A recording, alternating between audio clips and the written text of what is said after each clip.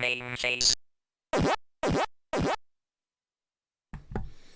Hello and welcome to another MAME stream. Another stream where I'll be playing a random selection of games in MAME. Or not really random, ones I've kind of chosen about an hour ago. And then any choices from the viewers of the stream, the people in the chat there, the friendly community we have.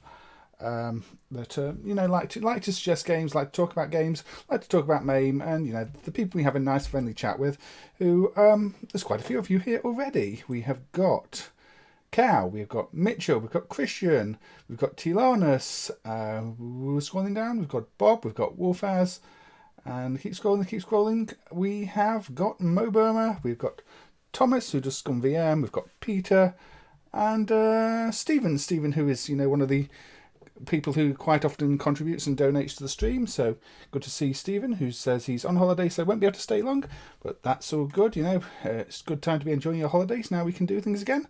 So and Mr. Midas 2K is down there too, and Mr. Outer Heaven as well, and Peter, another good contributor to the streams here, another regular, somebody who's helped out a lot with MAME and helped out with me, helped me a fair bit personally too. So welcome, Peter. I hope you're doing well. So I've not been keeping up a very good routine in August. This is only the second proper stream in August. The first one got split into two, but it's kind of real life. We're back to normal. We're back to doing things all the time, and getting back to normal comes with its fair share of illnesses and picking up colds. Not the bad one, not the one that everybody wants to avoid, but every other cold that's going around, every other ache and pain that's going around, and the streaming has kind of taken a little bit of a backseat for a while.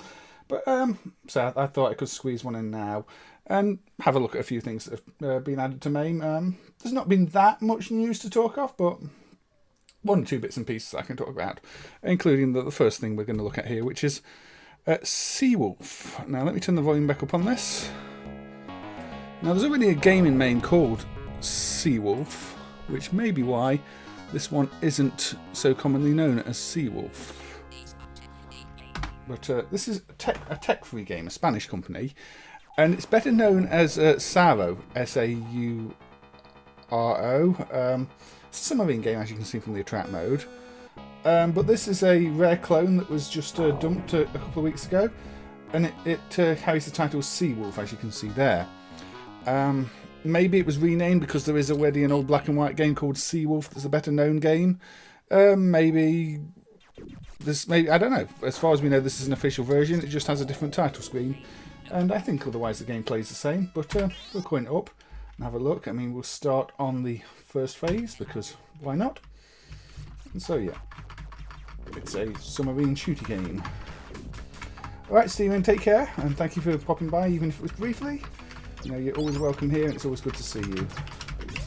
So pick those up and avoid anything else. I just need to be a little bit of speech in this. I don't quite know what it's saying because it's kind of drowned out by everything else.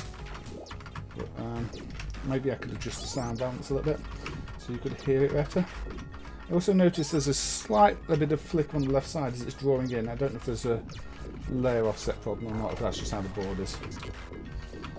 Oh yeah, and then the debut from the falling ships also kills you because it wouldn't be a Spanish game unless it had some questionable difficulty. Yeah, there's definitely a bit of speech going on, isn't there? I'm assuming that's the same on all versions. It's got the speech chip. And if you look in the machine information, you've got the SP0256 speech processor. In fact, maybe if we adjust the sound here a little bit, we can bump that a bit. I don't know if this will be effective, but let's bump that up a bit. Well, I don't want to do the later bit. Still a bit quiet, isn't it? You just pretend the speech says MAME Haze, like my intro, Bob. But yeah, I can't remember what machine. I think I recorded that. Did I record that on the CPC? I can't remember. I know I recorded that speech on one of the main drivers. I think it might have been on the CPC driver with the speech card added.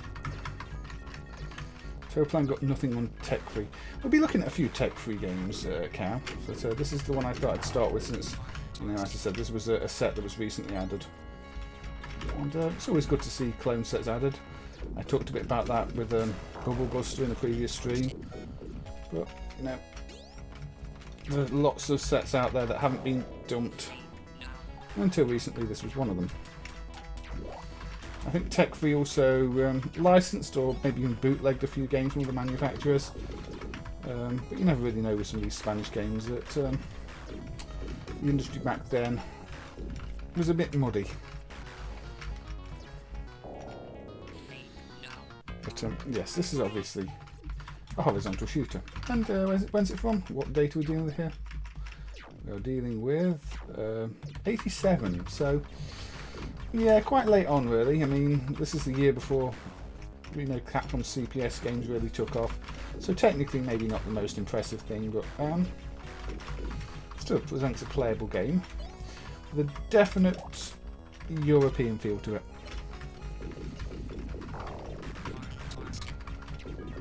I don't know if you can blow those up, you can't that way. But yeah, if you've been following the MAME news, you know the next version of MAME will be out on Wednesday, all going well, and that will have support for the Paris-Dakar game that was recently added. Another Spanish game, which I've done a video for. Not a proper talky video because, you know, not had time. Yeah, it's not a bad shooter. This it's simple. It does the job.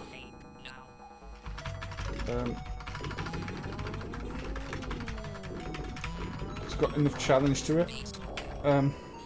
By that I mean I died repeatedly, but so it's not too bad on the checkpoints. You see, I've killed the boss and it continues me where I left off.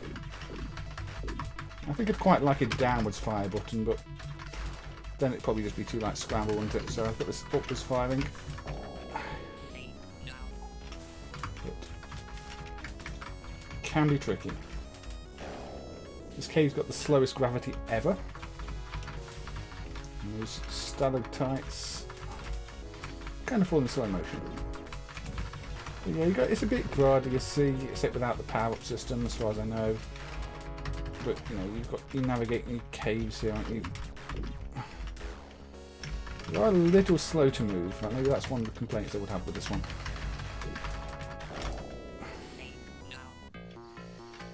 So let's see where we continue.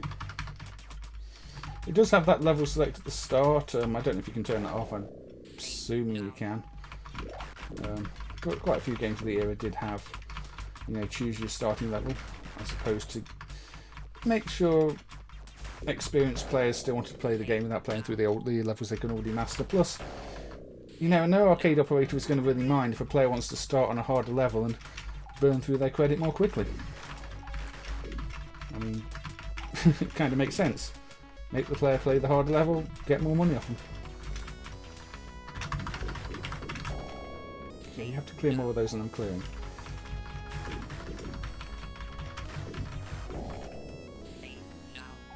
I still don't know what it's saying. It's definitely not saying MAME Haze. Oh, we've got another boss. So yeah, it does have a bit of a modernised scramble feel to it. I'll say that.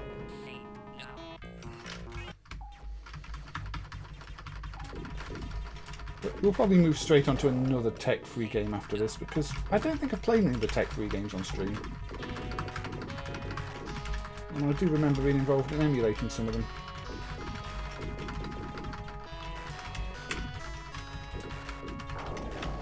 Oh dear.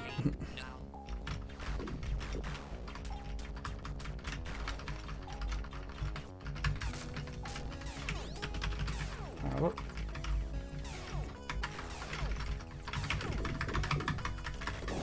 Oh dear. I'd say I'm doing pretty badly at this.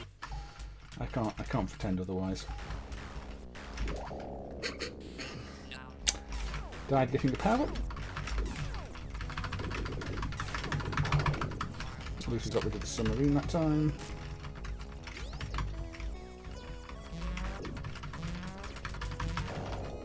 Collision boxes, leaving a little bit to be desired there, I have to say. And again, I don't really like the way dying enemies kill you, but you do see that in quite a few Spanish games, so you come to expect it. I mean, obviously, if you're asking me for recommendations for a submarine shooter, I'm probably going to say IREM's In the Hunt instead. But this is its own thing. Like a Game Boy game. I'm not sure I'd say Game Boy Wolf has, but it's definitely an FM synthesis thing. Yeah, point 3812 on this YM. Whereas Game Boy was its own sound system. And I would say had its own distinctive sound. Anyway, a bit of Seawolf. So you've seen about 10-15 minutes of Seawolf. So this is a new clone that's been added.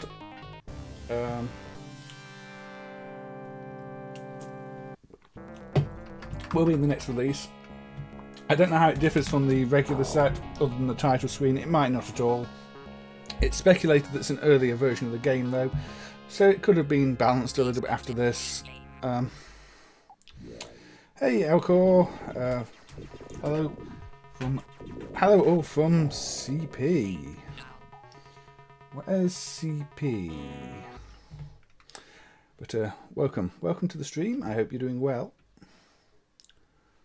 Right, so yeah, that was a Tecfri game. That was Seawolf.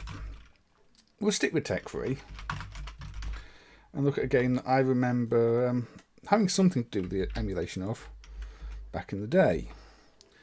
And this is also from 87 on the same driver, and this is Tricky Dock. C Power. So the presentation is kind of similar. You've got these, these borders around the title. I'm assuming this was probably going to be the same team of developers. But here, instead of a shoot 'em up, you've got a platform game. And I can't remember how to play this. So this is going to be fun. Yeah, same as a lot of DOS games, Mr. After Heaven says. That is correct. French flag? I believe it's Spanish. Where's the French flag hiding? Are you talking about the palette of the guy? Clipperton Island. Are these real suggestions, Peter, or are people just making things up now? I don't know where CP is, but welcome. Welcome. And it's good to see you. Good to know there are people all around the world watching these streams.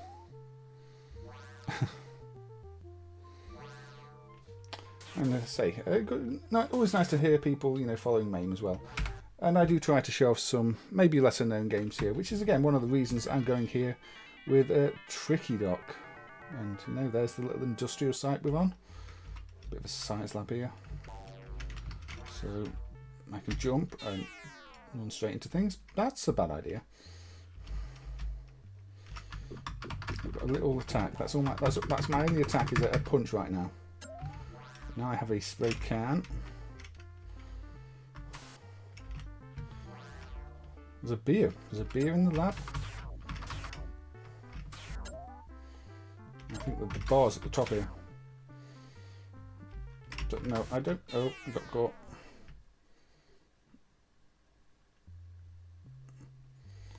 Ah, yeah. The flag wasn't showing here. That makes sense, Peter.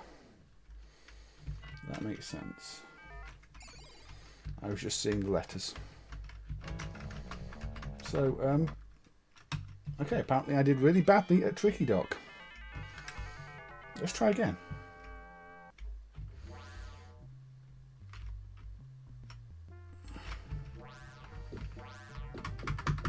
So I'm going to stay up top where the bar is. Just this have 4 damage. Of course it has 4 damage. Your short range attack does work.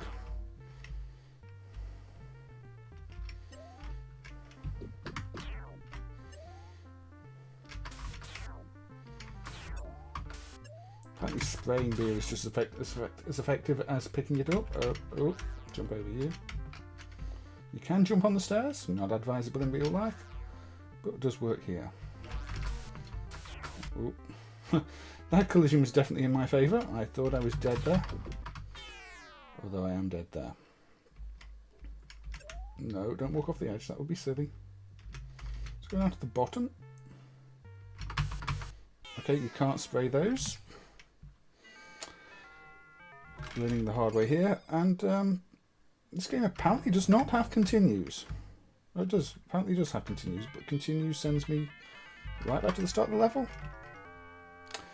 Yeah, this is an old Spanish game from 87, Elcor.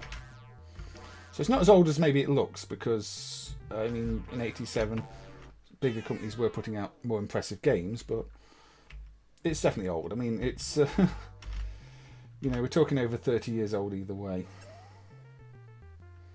So no, these are not super recent games. This game really wants to kill me. I wonder if this is one of those games where one of the sets is ridiculously hard compared to the other set, because there are 2 sets of this in MAME, and I've not tried playing the others.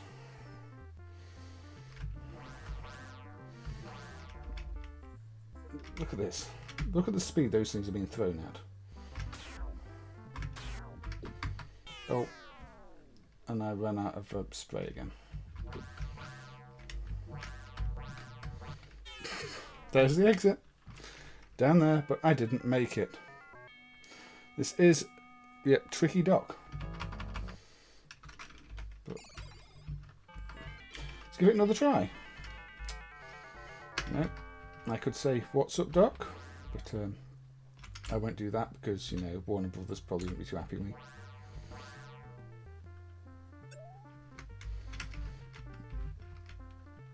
Go down here. Try not to use my spray if I can help it. So I can't remember exactly what my involvement was in emulating this one. It's on easy apparently. I can give myself 5 lives, that might help. Oh, there's an allow continue dip switch that's set to yes. Oh, yeah, but it was allow continue. It's just not continuing a good point. Yeah, I think it's running at the correct speed though, Thomas. It's not like some that were in MAME recently. Clash Robo halved the speed now because we realised it was kind of too fast. I'm pretty sure this is just meant to be tricky. This is in the title, but isn't it? Tricky dock.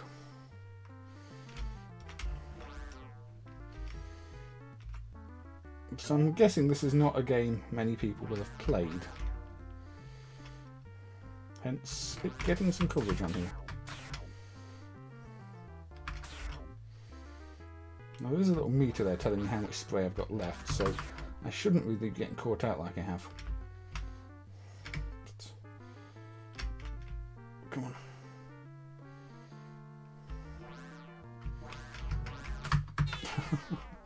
There's the exit. How far back is it sending me? Probably not too far. Yeah, not too far. But air. There's a very easy setting. Maybe I should be using that then. This short range attack is kind of bad. Right. You have to press right to start walking if the arrow's pointing right, even though I wanted to go left to go up here. To actually give myself a chance of getting the power. There's a very easy setting. Let's put it on very easy. Is there a backstory to this game? A deep lore? Probably not. I mean, looks like a generic industrial site that's presumably meant to be a science lab. I am Dr. Not Mario. I have a red nose. I may be related to Rudolph. I'm really not sure. Maybe it's a game for comic relief. You know, it could be related to Sleepwalker. It probably isn't. Sleepwalker's a game I miss. That's one I'd play if our Amiga emulation was up to anything. Although I miss it, but I also hate it because I was terrible at it.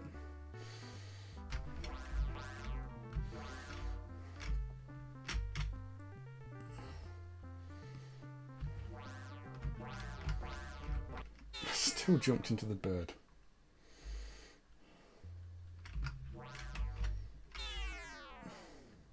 Don't like that bird.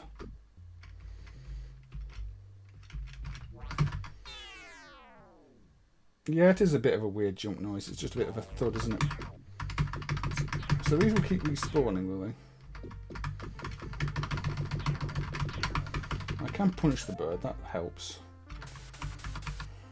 There we go. I have successfully made it to the second area. And now we've got lifts. But no, I don't know quite... Oh yeah, I forgot there's 4 damage. I made it, then I jumped to my death. So no, I don't know why our friendly doctor here is traversing a construction site now. I mean, maybe there's a sort of Jurassic Park scenario going on here where the, you know, the whole thing has been taken over by mutant birds, and honestly, I can't tell you. They probably should have made a movie out of this, and then we'd all know.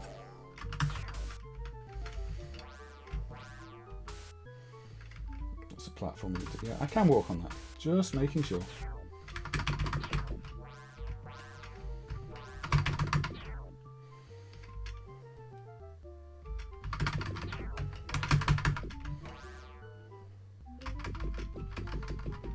Let's get on the lift.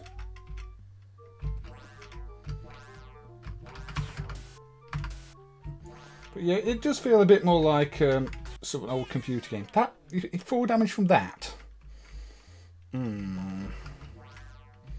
maybe I just got hit by something at the same time.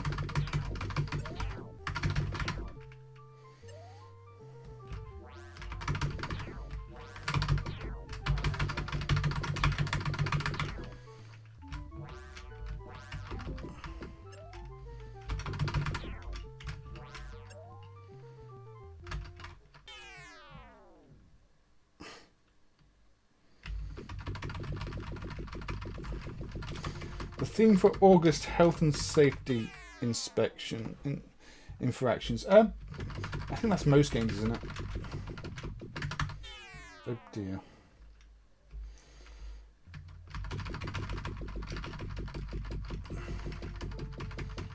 Right.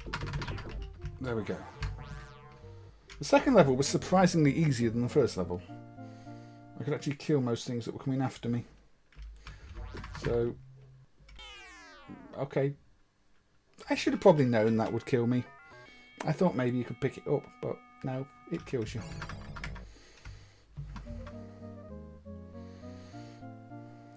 But health and safety infractions, possibly.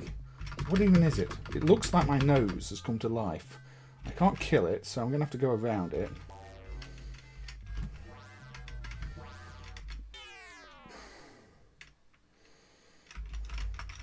Yeah, you have to press right, even though I wanted to go left. That's annoying.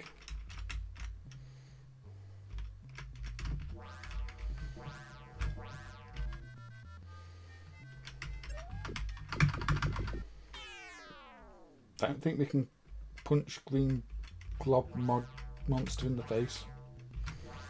Might have to go down this ladder. Now these are interesting. 2-way conveyor belts that apparently are not moving.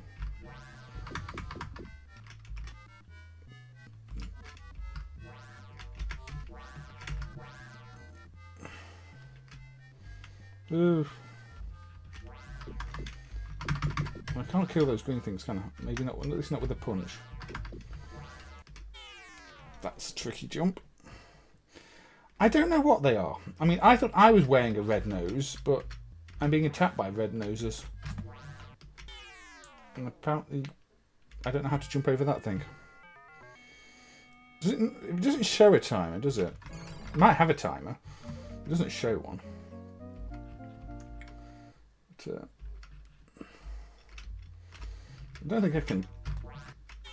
No, you can't jump over them.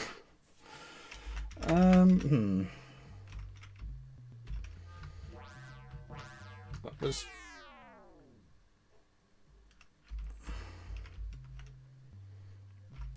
Shall we accelerate time? There is a time down the bottom there, you see, you run out of energy. That is your timer at the bottom. So there is a timer. I don't know if you can refill it, but yeah, that decreases at the bottom of the screen. It's not an energy bar.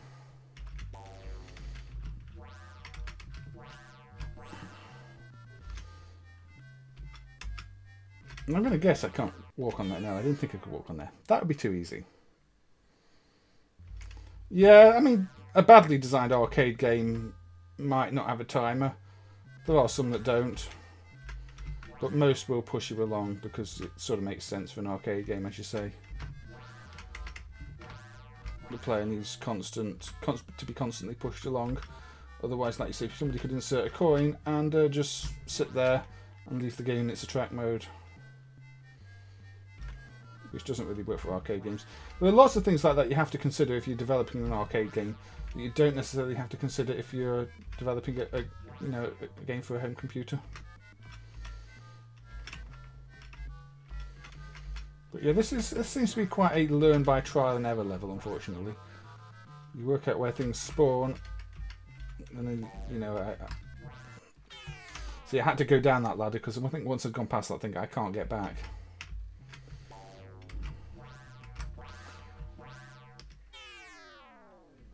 That was silly.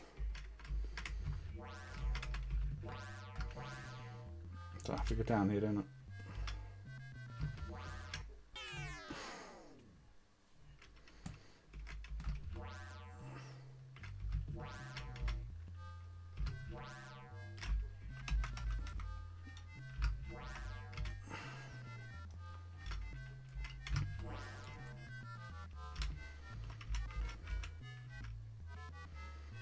What am I doing here?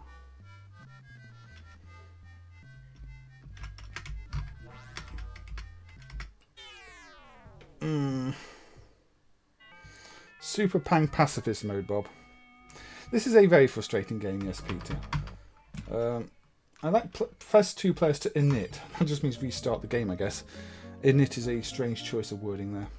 I'll be back at the start of the level now, but we're on level 3, but level 3 is definitely learn by trial and error tricky. You just get trapped if you don't actually go the right way, which is mean.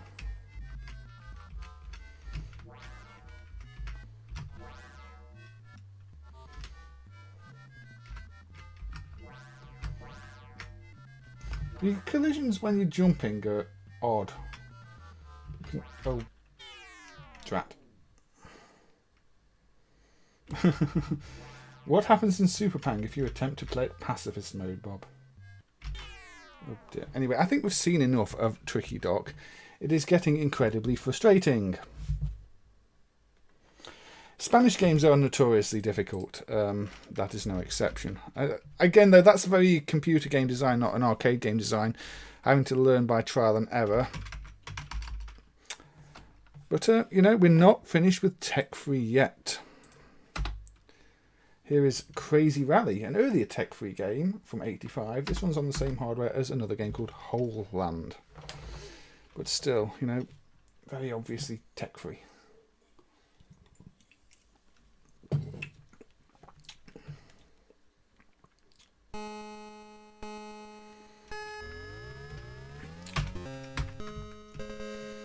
So let's see how we do on our Crazy Rally.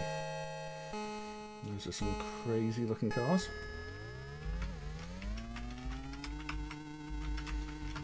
Do we have a gear change or anything else? Or is this just the speed we go? I've not really played much of this game.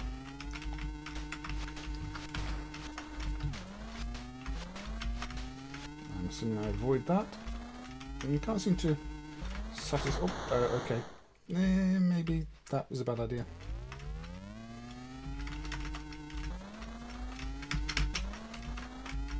We can knock them into the sides. We can go a bit, road fighter on us. There are some bad looking sprites at the bottom there, which don't appear to be wrapping quite correctly, but I seem to recall there was a bug report that said the hardware does that, but I don't remember anymore, unless it said it didn't.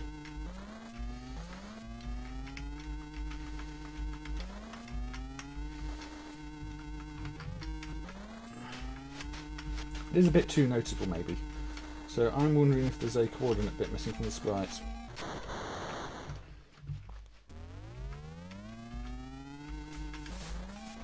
So, oil slicks. Yeah, it's getting crazier. Not in that time.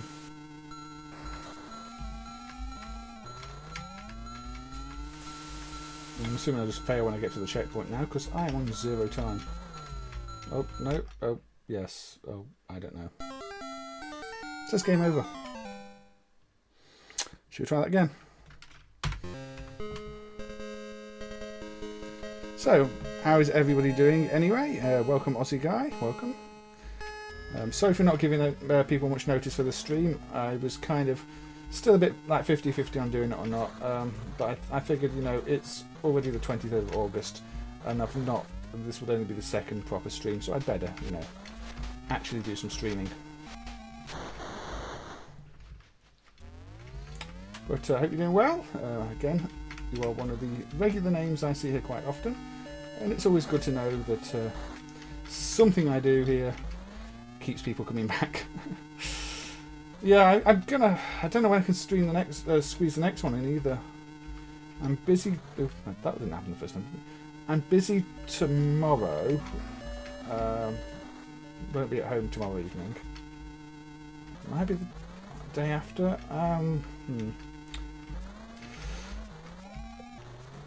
I like how you can recover sometimes from your skids in this, as I did there. I don't know if I'm actually helping my cause by crashing into things in this game. It's one of those where you lose a bit of speed when you do. I feel like I'm playing Tony Hawk's trying to keep my grip though.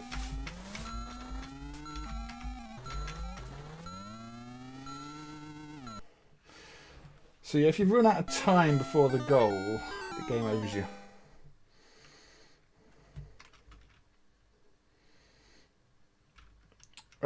Gorkins and Mr. TNT, to me, are different enough to both count as original releases. I guess it was the same developer, just licensed it to different companies. And rethemed it a bit and reworked the game a bit. So it's probably a case of neither is really the parent or clone Wolfaz. Although if you're wondering which one came first, again, I can't really tell you. But I think it's probably maybe an independent developer developed them both and licensed them out. I did feature those on one of the clone streams where I looked at clones that are quite different. At least I think I did. Yeah, this isn't a bad little game. It's less frustrating than, say, the other Tecfri games we looked at. It's got a nice animation on the car there. You know, it turns well. It's got fast controls, fast pace in general.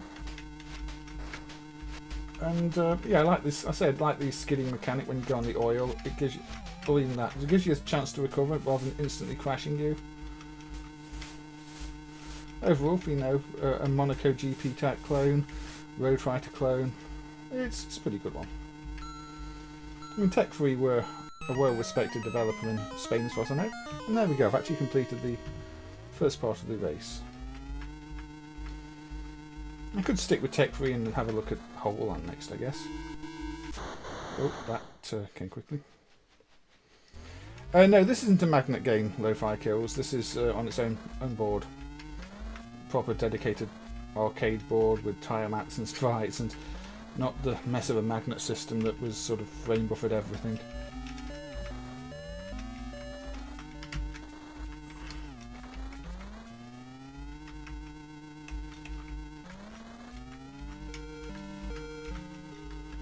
So the sound's pretty good as well. You get the, you know, the ambient sound, and you get the truck beeping at you if you manage to avoid it.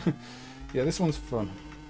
It's a shame we couldn't get a good read of that Dracula disc on the magnet system, because I'm really curious as to what that is. Part of me wonders if it's going to be a Haunted Castle rip-off, although that would mean it would be from 88, not 87, like the rest of the magnet games. Though the header in it does say HC. But I've not tried to check what the graphics are on it yet. Yeah, I'm way behind the time on this one. Ran out of fuel even.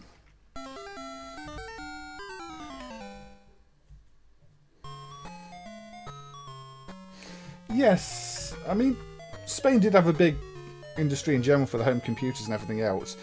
But like Italy, they did end up with quite a big arcade industry of their own too. Whereas over here we didn't so much. We ended up with more of, say, the fruit machines and the gambling machines. I don't get to continue from the same place unless there's a dip switch. Apparently this supports a steering wheel input too. So, you know, it's even got non-joystick inputs if you were to try and use them. Don't know what drive A and drive B, C, D is, yeah. But Spanish traffic simulator, we're saying. Let's reset anyway. I don't know what this does. Let's just give it another try. I guess drive A, B, C, D is probably something to do with the traffic. Big in Australia. I don't think there were really many Australian developers though, were there, Lo-Fi Kills? I mean, you've obviously got Kyle Hodgetts and his creative output. Other than that, I can't think of many Australian developers. Again, I think Australia kind of went with, ended up being known for more gambling machines, the aristocrat stuff.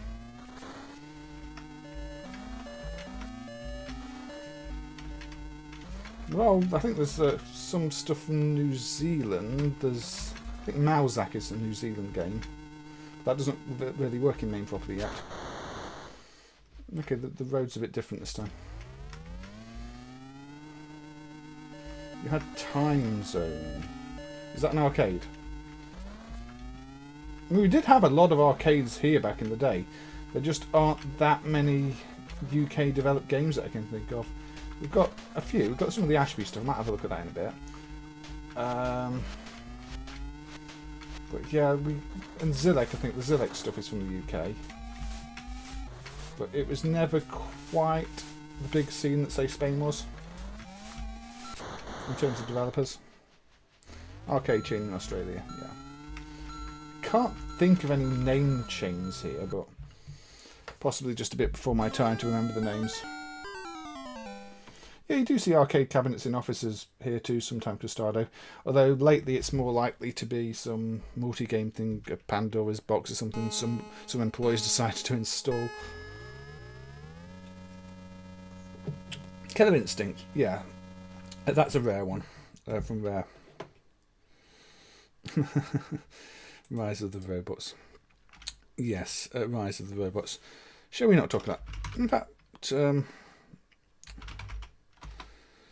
let's have a look at Dingo. This is by Ashby Computer and Graphics for Jaleco, and obviously Ashby Computer and Graphics, basically the company that ended up being Ultimate and Rare.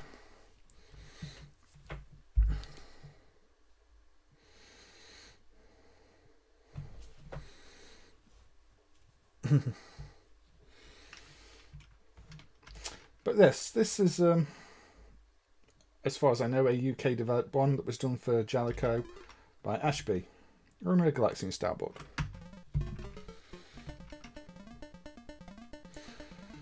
Yeah, there might be some undumped Australian versions, Lo-Fi Kills.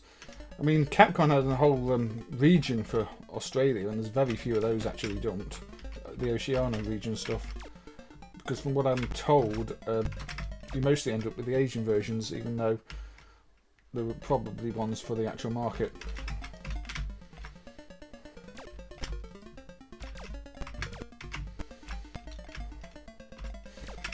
But yeah, this is a fairly simple collect all the fruit in the maze game. It's got reasonably attractive graphics, but it's nothing special. Dingo, am I sure it's not Australian? Ashby, definitely not from Australia, but yeah, the name is quite Australian, isn't it? You've got melons, strawberries, lemons. We did like our fruit over here. Must come from the fruit machines.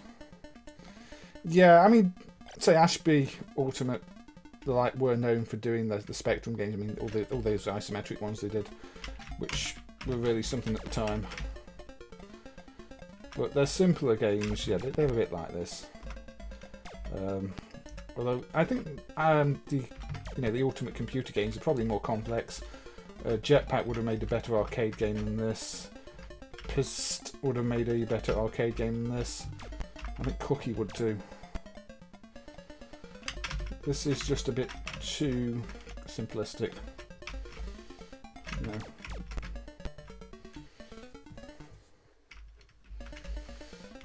Yeah, it's a boring layout.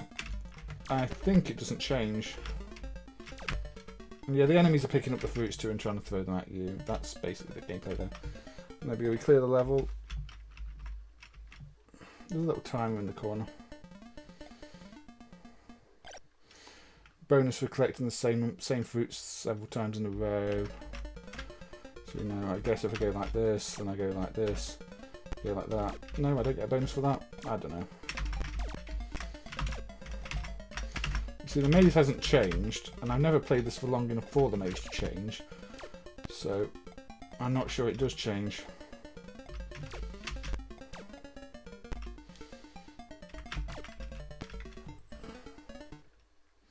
Hey, DJ Itech81. Hello to Germany from the UK here, or England, or I don't know, England, UK,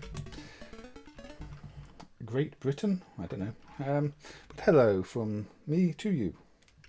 All right, Peter, take care. Good to see you dropping by anyway, and I'll catch you soon. We can discuss some emulation stuff at some point if you want, but it's always good to see you dropping into these streams.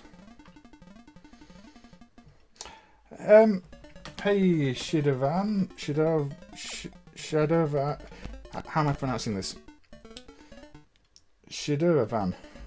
Sorry, I don't know how to pronounce it, but hey, and welcome to the stream. I do recognise that name, but I've never tried saying it out loud before. I've only seen it in my head, as you can probably tell.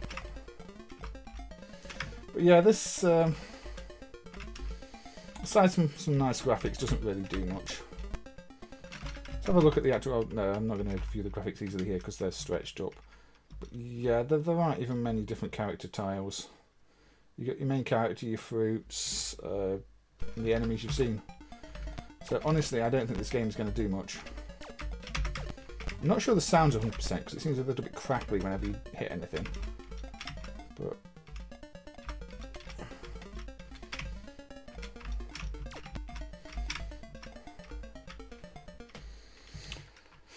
some 80s original German arcade games.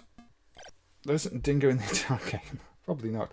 I'm glad to hear that, GJ Zytek, or however that should be pronounced. And I hope you're finding some new games on the channel that you may not be aware of too, because there's a lot of things in MAME, and not all of them get covered all the time. I think this is one of those that probably doesn't get covered much because, well, in this case, it's just kind of an ordinary game.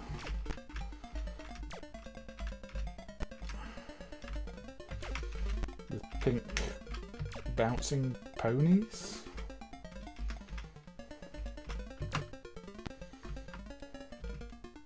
We've also got a red nose. Maybe it's Red Nose Day. Because Tricky Doc had a red nose too.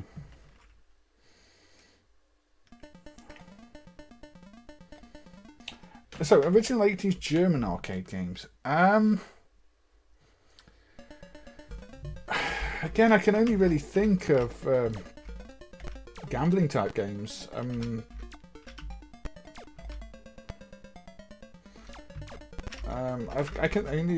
are these specific German variations of games like the Space Invasion version of Commando and the Censored Gunsmoke version. There's that Polyplay game in MAME that's a German multi-game. That was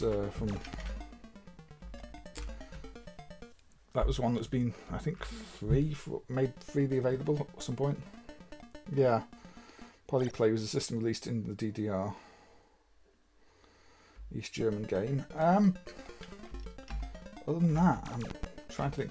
We've got German versions of some games where we've not got a English set yet.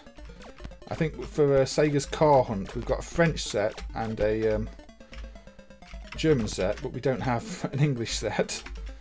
For Taito's Midnight Landing, I think we've got a German-Japanese set rather than an English one. Of course, Berserk, there's the German set of that, but these aren't original German games. These are just games where there were German versions. So none are coming to mind as original German games.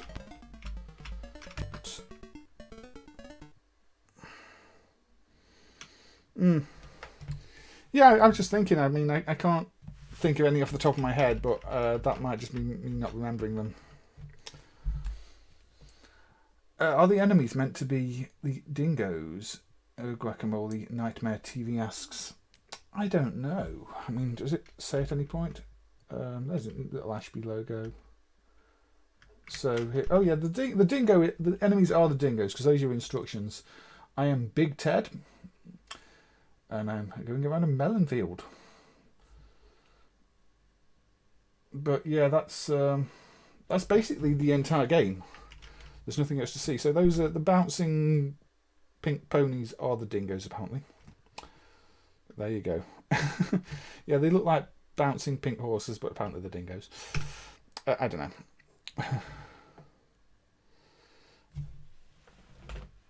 Right, have I missed any messages in the chat? Let me just scroll up. I don't think I have. I think I've been paying more attention this time than other times, but let me just check.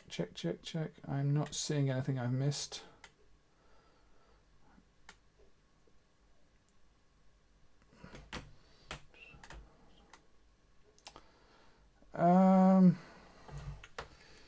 Shall we have a look at Polyplay then? I mean, there's not much to it, but it is an original German release. So, you know, you can choose your game. Interesting, you don't have to insert the coin until you actually want to play the game. So here we go. But, yeah.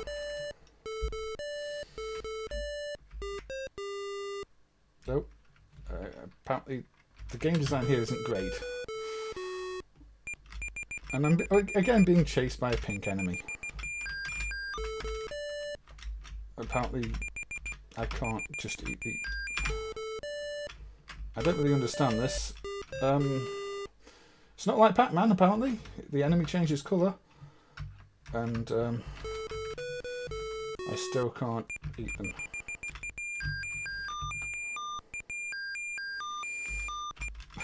Haze means Haze. I think it's rabbit and wolf.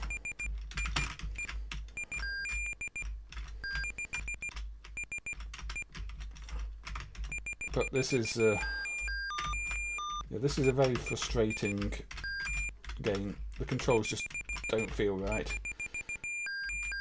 But yeah, this is what East Germany had. Yeah, basic Pac-Man, ugly sound. Very much like a cheap home computer game, or even, it feels almost more like the type of game you'd expect on you know a terminal computer rather than even one that's for games. You know, it's like a game on a machine that was never made for games. I mean, this is a multi thing. That's why it's called Polyplay. So there are other games in this. And there are even multiple versions of this thing dumped with, I believe, a slightly different selection in each one.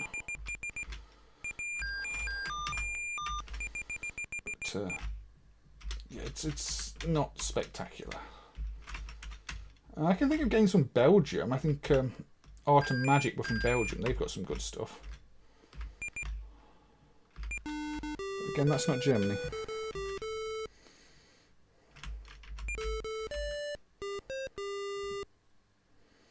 Pac-Man clones could be its own stream. I did do that Maze game stream. So, yeah, there are other games here. We've got a racing game of some sort. Oh, this looks advanced. Oh dear. Okay, up is up. You just press the direction you want to go.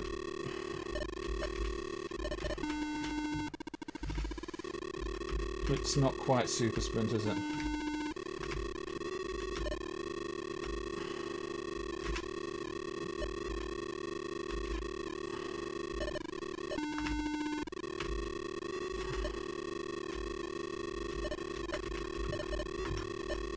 Or Super Off-Road, or any of the actual good racing games. This kind of reminds me of the racing game that Don't Buy This compilation that was on the Spectrum. There we go. Yeah, say that kind of business machine. It really is that sort of look. What else we got? We've got a hunting game. So apparently I am hunting a moose or something. Deer hunting, I'm not sure. I'm hunting something.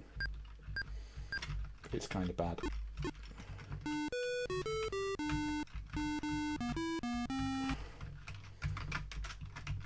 I don't. Oh, it's skiing. But yeah, these feel like basic typing games at best. The Deer Hunter, yeah.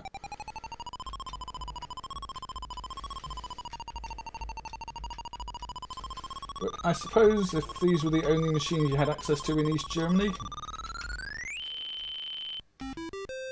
you might have played them. Yeah, the glow trail is caused by the CRT filter in you.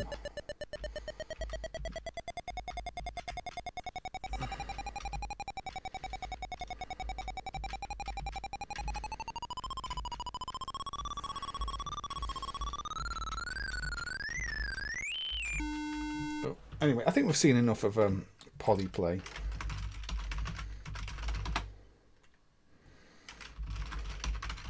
But if we go in European developed games, let's have a look at Ultimate Tennis by Art and Magic. And this one's actually kind of pretty. Yeah, oh yeah, the intro goes a bit out of sync on this the first time, doesn't it? While it's booting up. That might be a main bug. Art and Magic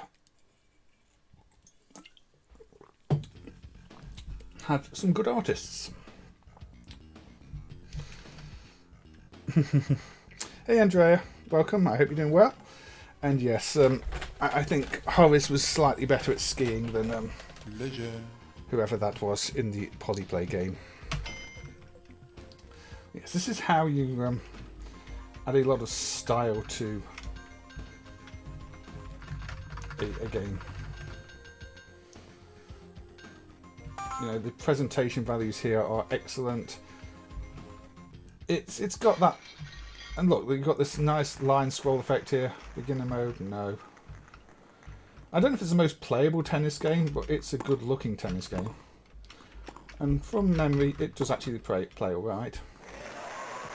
15 low. There's no Belgian player, even though I think it's a game from Belgium. Thank you. Now, the company did have an unreleased game, which is unfortunately probably lost forever, 15, which I believe was meant to be a platform type game with a wizardy theme. Maybe based off the character that's on the intro. 15, 30. But, oh dear.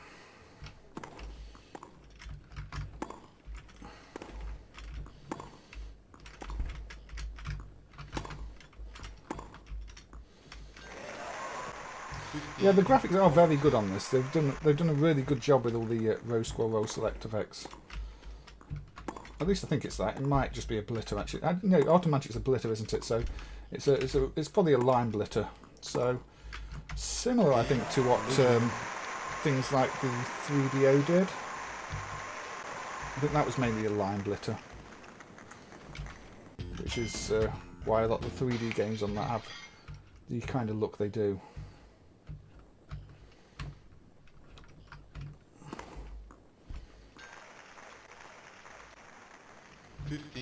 Low.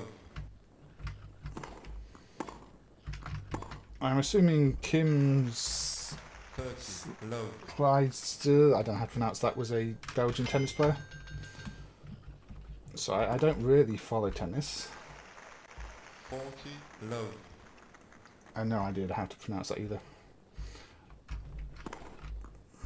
D, Never saw any Art and Magic game in any Belgian arcade you went to. Maybe I'm misremembering then.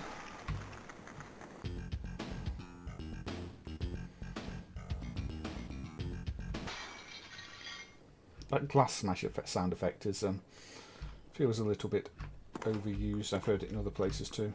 Generic sound library thing. low. Definitely Belgium, just didn't get good distribution. That's interesting though, because Ultimate Tennis does actually have a Japanese version, so this game made it to Japan. So it's maybe there just weren't any Belgian arcades willing to pay for it.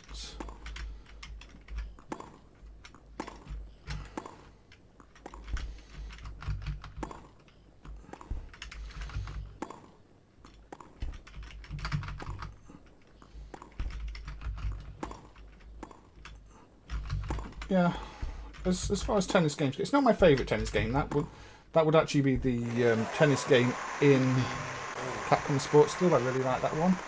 In terms of good-looking tennis games, that this is far beyond any of the Spanish output or anything like that. I mean, we had a brief look at the badly emulated reality tennis from TCH the other week, and that doesn't come close to this. And a lot of the Japanese tennis games are very plain too, so this stands out up there. Things like Cheese Chase are good little puzzle games too, although not very arcade-like. Cheese Chase does feel like a home system game in the arcades. There's also a fruit machine, I think Star something, that uses an ADP sort of non-video board with an Art and Magic video board for some sort of hardware display, but that's not emulated properly yet. Yeah, maybe they were selling to bars or pubs, that's also true. I did see a lot of that. I mean, bars and pubs were a big market. Much like here, you were more likely to see, say, a Crystal Maze redemption machine in a pub than an arcade. Yeah, distributed in Japan by Banpresto. So even, I guess, the Japanese companies were impressed by what they've done here. It is a little bit cheap on the way the live system works. You're only allowed so many misses, otherwise you have to continue again. So every miss you lose a life, you lives from the top corner. Works. I prefer it if it was just based on the result of the matches though, but I can understand why they've done it as they did. The guy's diving like a Premier League footballer. Andrea asked how it's going. It's been a busy August. Lots of going places, lots of aches and pains. I've just been a bit tired to really feel like streaming a lot of the time. It's not necessarily bad. It's just been busy. I'm at the back this time. That takes a little bit getting used to. 30 low. But yeah, so I picked up a few colds along the way. I guess again because I'm interacting with people again. I'm seeing people. 40 I end up catching whatever's going round and twisting my neck a little bit, which wasn't fun. Still a bit dodgy now.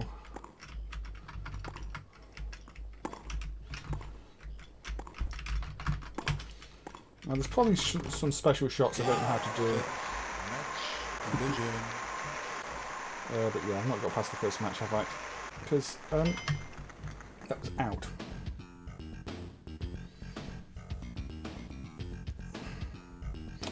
How are latencies with MAME compared to the original hardware? I mean, with most emulation, you're going to get at least a frame more latency in terms of control latency, because the difference in the way the PC graphics cards work versus original hardware, and the way monitors work these days. Some games do run a little bit too fast in MAME. I mean, I guess the ones you may be referring to the cave shooters when you say that, which have more slowdown on hardware for other reasons. I wouldn't really say that was latency. That's just the MAME doesn't emulate the limits of the game, the hardware. Yeah, anyway, I'm doing really quite badly at this. Yeah, the English is pretty good on this. It's a really well presented game. They put a lot of effort into it. I'm just not very good at it. Anyway, so we can have a look at this. Changing ends yet. So let's just reset it briefly. See if there's anything else going on in the attract mode. It tells you about the players. You see, you've got different court types that I wasn't really demonstrating when I was playing it. But yeah, they've got a lot of layers of scrolling. You see the lights at the top, your rose scroll sort of effect on the ground. In terms of the technical achievement of this one, it is a very impressive game. Stone Ball as well, another art and magic game, is a really good one if you've not played it. So your football-y type thing with cavemen. Actually, I might put that on. But yeah, the cave games do run a bit too fast in MAME, the shooters, because some of the slowdowns aren't emulated, because MAME emulates the blitter and things like that as if they had unlimited capacity, unlimited fill rate, when on real hardware they take a bit longer to do it, so the timing delay's not there. Oh, there's a third button. I didn't even realise there was a third button for the lob. That is how badly I was playing this game. But there you go. So you've got your orange court here. A nice tutorial showing you how to play the game, which had I been watching I would have probably played a bit better. You see, again, very, very high production values on this one. I know I didn't work on getting this game to run in MAME. This one is Aaron's work, Aaron Giles. He did this pretty much by himself from memory. So yeah, an impressive achievement too. The Art and Magic driver. So yeah, it's got a TMS 34010 as well, which again is one of the things Alan worked on. Now I think I will have a look at that one of their other games. I'll have a look at Stone Ball from 1994. This is a 4-player game. Would the slowdown in the cave games be possible to emulate? I mean, eventually, but it would probably also require quite a lot of CPU time to calculate how much time everything's meant to take. So by improving the emulation, the requirements of the emulation would also go up too. At the moment, the driver is really tightly optimized, so it's only doing the minimum in every code path it needs to. And if we were to start adding loads more calculations, it gets slower. Or if we were to emulate the FPGA at FPGA level, it gets much slower. So I don't see it being accurate short term, but maybe long term it can be. But yeah, this is another Art and Magic game, and say it's sort of caveman football, and again the presentation values are right up there. So let's coin up. Welcome to Challengers. I mean, there's probably also elements of the SH3 processor that would need emulating better to get the slowdown right in every case. And once you're dealing with things like SH3, SH4, the execution speed ends up depending on things like CPU cache, memory speeds, and everything else. There are a lot of parts to it. Oh dear.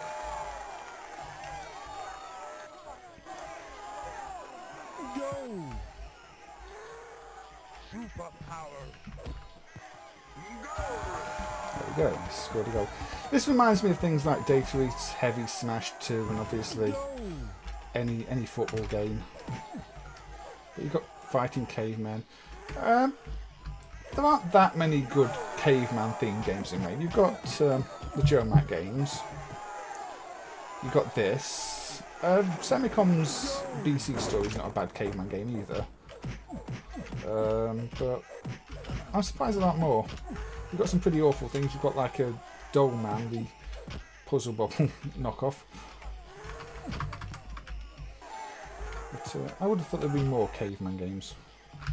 Although I'd say some of the ones that are there are some of my favourites. This one, Joe Mac Returns. So when they did caveman games, they tended to be pretty good.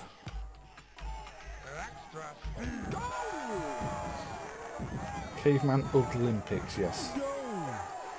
Yeah, Side Die Oju is still undumped, or at least there's no public dump for it.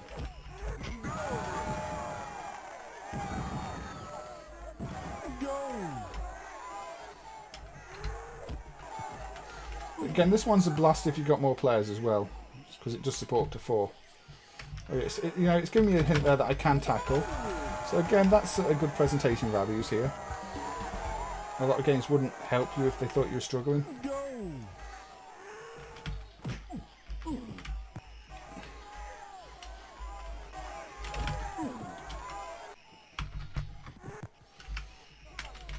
It's got the markers showing where you need to be.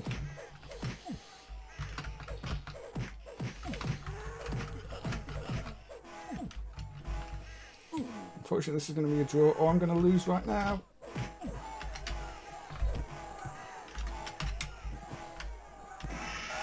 Full time, and it's a draw. What happens in a draw?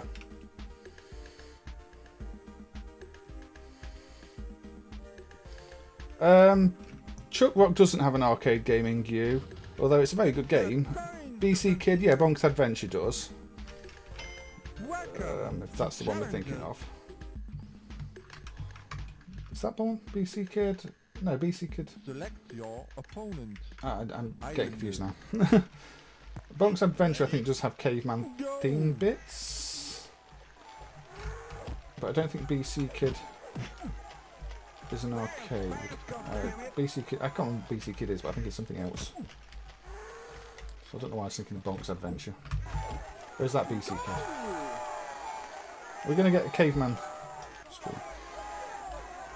Somebody was trying to buy an SDOJ for dumping it, but I don't know if anything happened to that. It'd be perfectly eligible to add to MAME if it was dumped. BC kidding you. Okay, yeah. So I am thinking of that game. Bonk. You can have a look at that in a bit too. That is one of those where there are multiple title screens if you change the dip switch. Or I think setting the service mode. Caveman Olympics was only for the C64, MS-DOS and NES. There's so many games on the NES that you just wouldn't expect there to be. Well, then again, there's games on the SNES as well. I mean, Spin Dizzy Worlds has a SNES port, and that's kind of maybe one of the most surprising things ever to me. Because that is very much not the type of game you'd expect on the SNES.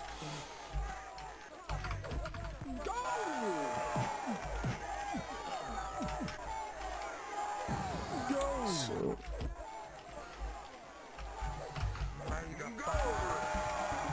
But yeah, this is more fun if you've got another human player, obviously, because it's more competitive. But again, I'm looking at this from the technical point of view. You know, the rain effect's really working here too. The scaling. I mean, you know, when Atari tried to do games with this view and scaling, they ended up coming up with things like Pit Fighter, whereas the look Art and Magic got here, I think it's a lot better than Pit Fighter.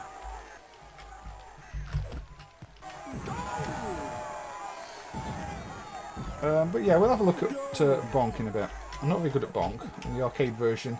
The arcade version of Bonk is kind of, I believe, tuned to be more of a ticket type game. At least it has a ticket option. You can choose any level. It's not quite on par with the PC Engine games.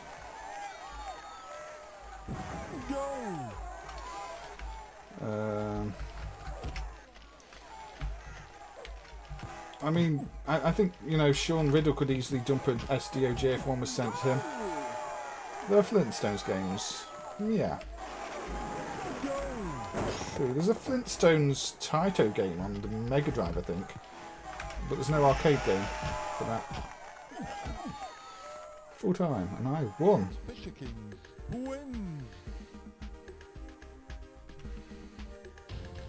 Select your opponent. Cold bears. Cold bears. Go. Anyway, I think we've seen this. So, yeah, there's got power-ups as well that I've been picking up and not talking about. So, yeah, there is Bonk's Adventure. Yeah, aka BC Kid. Aka Bonk's Adventure. Basically, what's the default? The default is the Japanese mode, which is PC Genjin Special Arcade version. But, yes, see, there's Ticket Dispenser. But there's also Service Mode. And Service Mode, we can change it to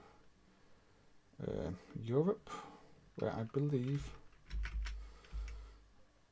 exit and data save.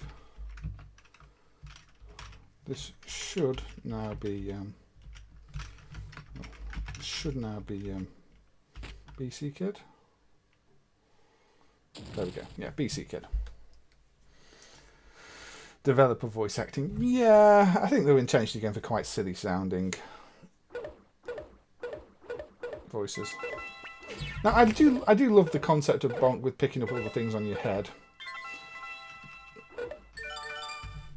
But yeah, you can choose any level in any order.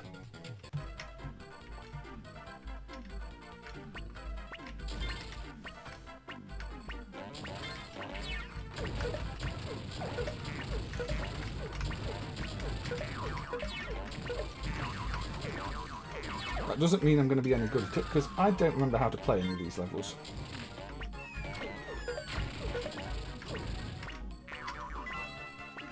Yep, I'm losing. I find the mechanics kind of tricky to get used to, especially if you've not played it in a while.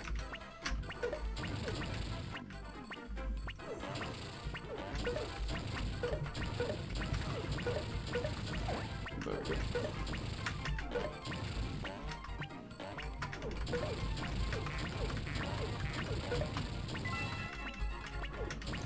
A bit rainbowy here. It's not rainbow items though. Yep.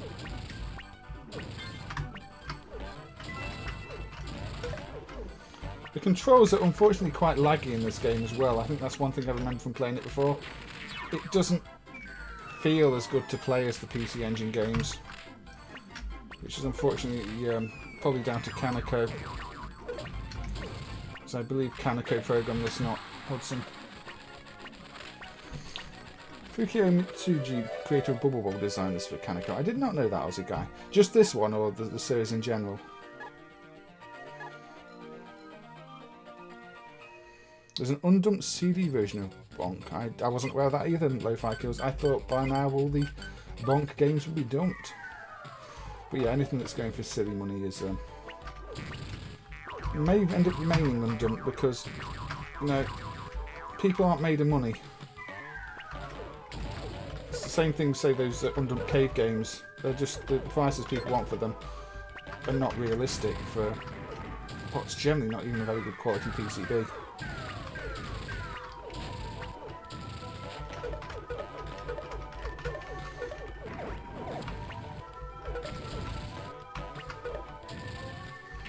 I do notice there's a line in the corner here, but I think the board may do that because if you change the alignment so that's not there, other things are misaligned. I seem to remember looking at it at the time.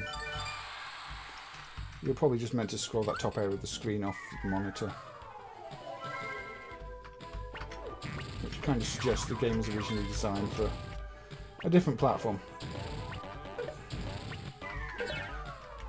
Which it probably was.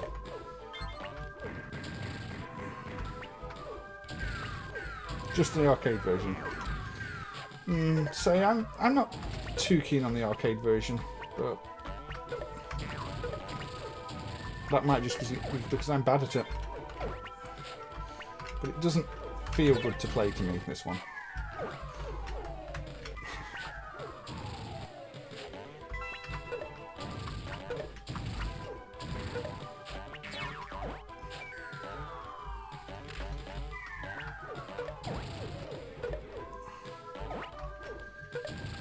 I think my favourite game, this sort of platformy type, it's probably the Megadrive Kid Chameleon game. I always really like that one.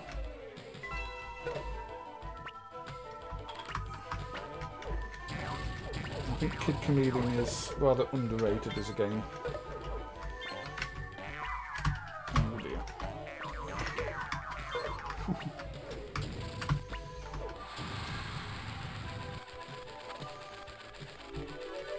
Hey Evie, welcome. I hope work went well for you. Good to see you. I'll probably be finishing the stream around midnight, so I don't know if you'll still be awake then, but if you are and you want to chat, then that's probably the best time to catch me, but it's always good to see you drop into these streams. And you see I have seen your message this time, because you did mention last time I kind of ended up seeing your message. I don't know if there's a way to actually highlight specific people's messages in chat automatically, but nice to see you, and I did see your message, so I hope work went well for you. And say, if it didn't, you can tell me about it, and I will read it later. Hey Dink, welcome. How's things going? Any final burn development treats you want to share? You know, anything going on there? Anything interesting? Any bug fixes that may apply to MAME? Now, I seem to recall there's still a part of the protection on this that we don't know where the data comes from, and there's still a hard-coded table in MAME. At least one of the Kaneko games using this protection, but I think it was this one of the tables. I don't think it can be internal to the MCU, because the MCU seems generic, but we can't find it in the scrambled data ROM either, so not really sure. Maybe in bed by the end. That's alright. I mean, I'll see you tomorrow anyway. I mean, meeting about 10 o'clock, wasn't it? So I'll probably catch you in the morning if you're in bed. The bathroom as the Tinkle Pit. Tinkle Pit's a pretty good game. It's one of my favourite Namco ones.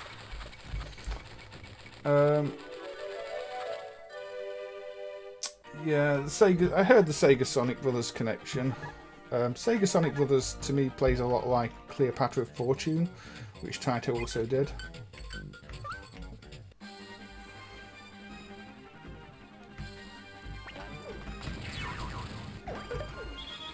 So I think maybe some of the ideas from Sega Sonic Brothers ended up in Cleopatra Fortune, because it seems too similar for it to be coincidence.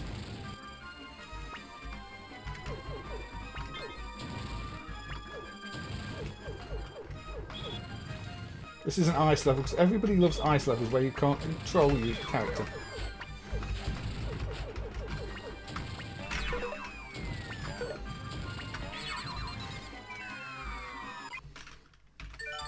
Let's continue. I reckon it's a different boss fight. Okay. Yeah, I think if you get this football to the end, you get a bonus as well, don't you? I seem to recall that's one of the features of this game. Getting this football all the way to the end.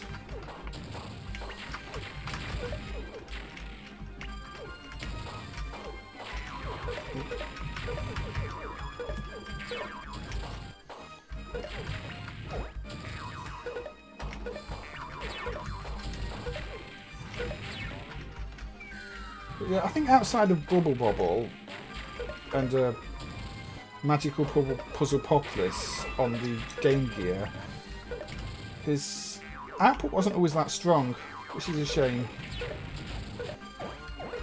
But you know, you can't deny that Bubble Bobble itself is an all-time great. Yeah, the sprite work on this is good. I mean, the Bonk games have always had a really good art style. Can't complain about that. Although, again, I'm just dying here. Not getting anywhere. There's a lot going on, and I'm not quite sure what any of it is doing. It's a very busy game. I'm not sure what's killing me or what's... Anyway, you get the idea. BC Kid, PC... whatever, I can't remember the names. PC Genjin, BC Kid, Bonks Adventure. Depending on the region, say I can go into the service mode and you can get the Bonks Adventure title if you change that.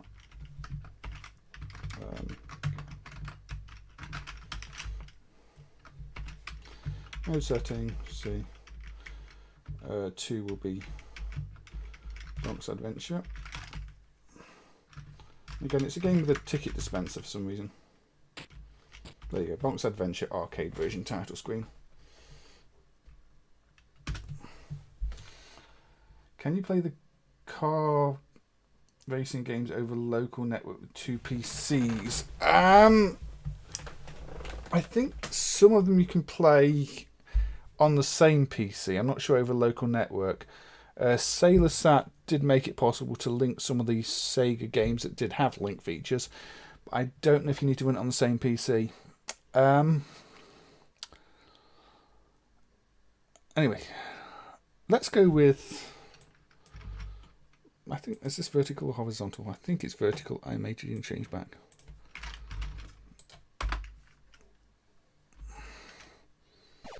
Right, this one. This game, Rafflesia. It's kind of famous in MAME circles because this specific set, the non-encrypted set, was dumped many years ago, like probably about 20 years ago. It was added to MAME, and then before the actual ROMs were ever submitted, somebody had a hard drive crash, and the set was lost. So for a while, it was one of those. Well, for about 20 years, it's one of those sets that everybody knew existed somewhere, but nobody had because the PCB had already been sold or something like that. I don't know.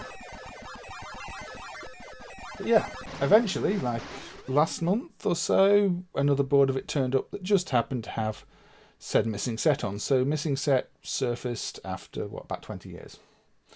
The encrypted version has been in MAME for a long time and playable. I don't think there's any real gameplay difference in this set, but it is actually nice to finally have a dump of this set.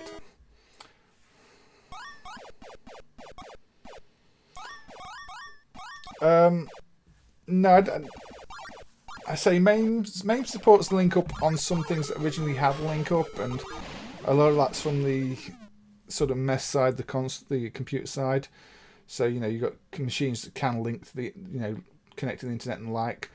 And for games like that, sometimes you can play them over multiple machines and instances in MAME, but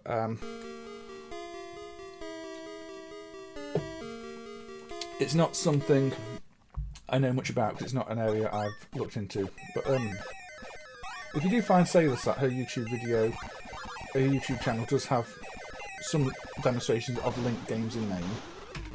Anyway, let's coin this one up. By Coreland and Sega. Instantly I noticed it's one of those games where you can only have 3 shots on screen at once, which is unusual for an arcade game. A lot of arcade games don't have such low limits for shots on screen. It's also one of those games with quite bizarre theming. Which I have a fast shot button. But yes, it does have quite a strange vibe, this one.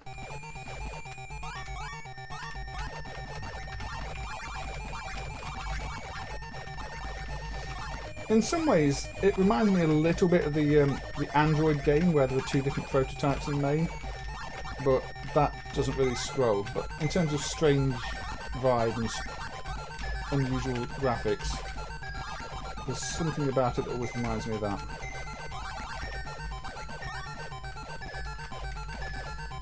So, this is quite a difficult shooter at times. Lots of fast-moving enemies that do charge at you like that.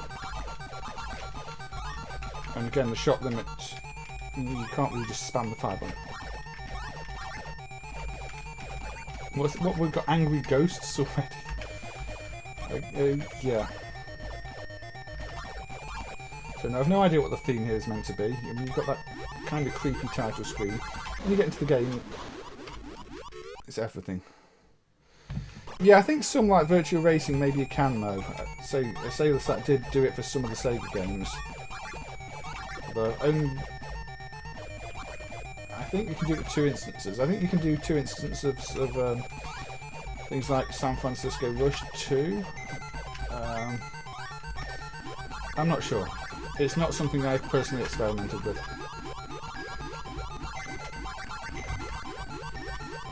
I don't know if I want to collect that UFO. I don't seem to want to be shot.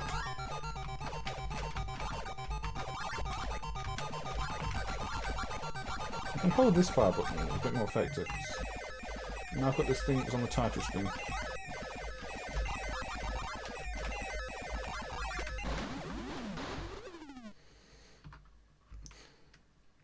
And Dink properly emulated the Knuckle Joe sprite clipping. Ah yes, I did see Hap submit that actually. Knuckle Joe, not really a game I like much, but might fire that up in a bit. It's one of Seibu's games that to me doesn't really feel that good to play. But, oh, so the second fire button uses up your energy, okay. And you collect the energy by collecting those things. Okay, so the second fire button you can't use all the time. I'm learning how to play this as I go. But, you know, you pick up the energy crystals, they charge at your secondary fire. Okay, makes sense.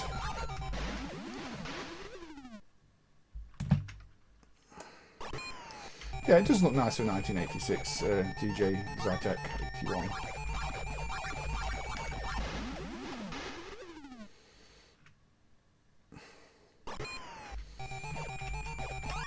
And the Sega System 1, System 2 games generally do. I think it's a platform that's got quite a lot of good-looking 8-bit games on. Obviously, likes of Wonder Boy, Spatter, the tricycle game, that's really good too.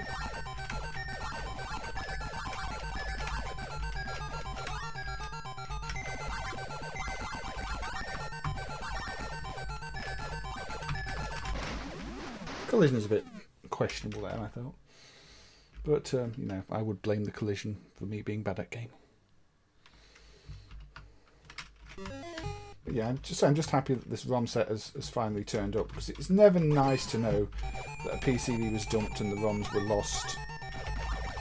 Because it's kind of knowing that there could have been something interesting about this set that nobody realised at the time. I mean, I'm not saying there isn't, now it's dumped and it is recovered. There might still be, I've just never really studied it. I don't know the game well enough to tell you if there are differences.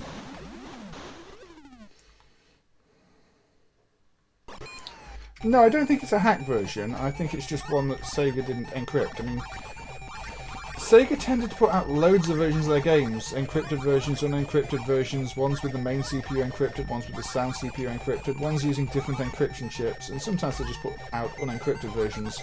Maybe they're later releases after they decided, you know, that they weren't too bothered about the game being pirated, or they just didn't have any encryption chips left, or I don't know. Or maybe just some markets they didn't feel were high risk, so didn't use the encryption. It's confusing. It's one of those very, very Sega things. I don't think there's any other company that have got versions of their games encrypted with so many different chips in different ways, you know, different revisions. But Sega like doing that. And look at, I think something like Wonder Boy. There's versions of that for about 4 or 5 different encryption chips. Yeah, I think that's what I found with the Knuckle Joe. It felt like there were lots of cheap hits, probably because I wasn't using the guard button, I think. But yeah, I'll probably put Knuckle Joe on in a little bit. Have a look at it. Because it's not one I've played on stream before, in memory. We are an hour and a half in. I'm not getting very far on this one, but I did just want to demonstrate it. It's an example of a solid 80s shooter. It's a very silly title. I think this is one of those that suffers from having a not great title. I mean, Rafflesia. To me that means nothing. Maybe it should mean something. Can I pick this up? I can pick that up. Oh, we go. So sometimes I've been avoiding things that I can pick up, which is always a bit of a silly thing to do.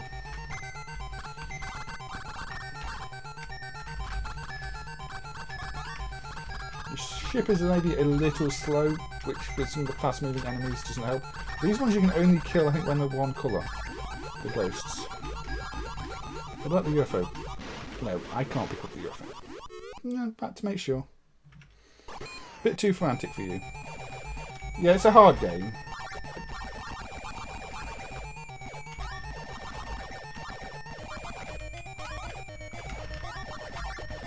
I think mastering the different shot types and when to use them is important, but so your ship is very slow, so avoiding some of these enemies is tricky. 119 probably unreleased for Sega. Yeah, I've seen that on the unMAMEd wiki. Looks kind of interesting. But anyway, shall we move on? Because I think that's about all you're going to see of me with this game. The attract mode is showing more than I can show you.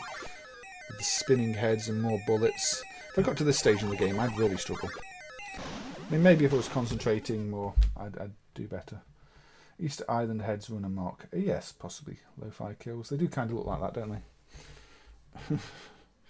In space. So, yeah, I said I'd have a look at Knuckle Joe, didn't I? So, yeah, let's have a look at Knuckle Joe.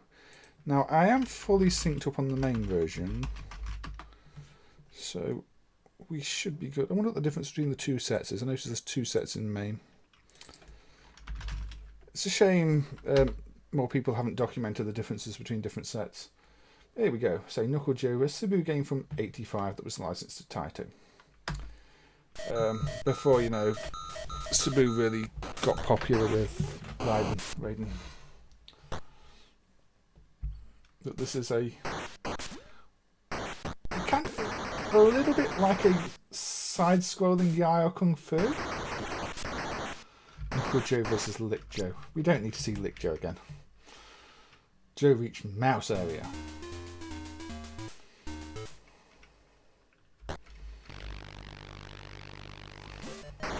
It's a very fast-paced game.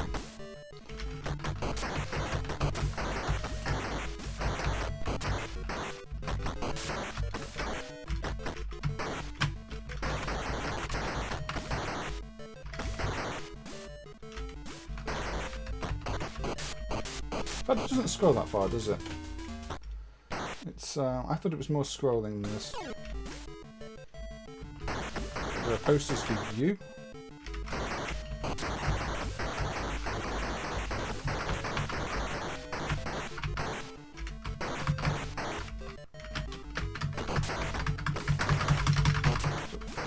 jump around, mashing buttons. I guess this is like the boss guy with this one. It's been a long time since I've played this. There we go. No, I think it's just meant to be a fast game. It doesn't feel too fast. You know, the enemies aren't hitting me before I have a chance to react. Do you think it's too fast? I've never really felt that way.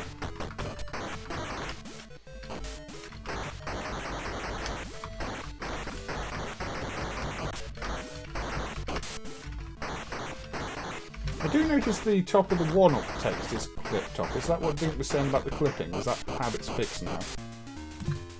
So you can't read the word time anymore. Which, that's a bit odd to me. Or has it always been like that? I just feel a bit odd that the top of the word time would be cut off and the top of the text would be cut off.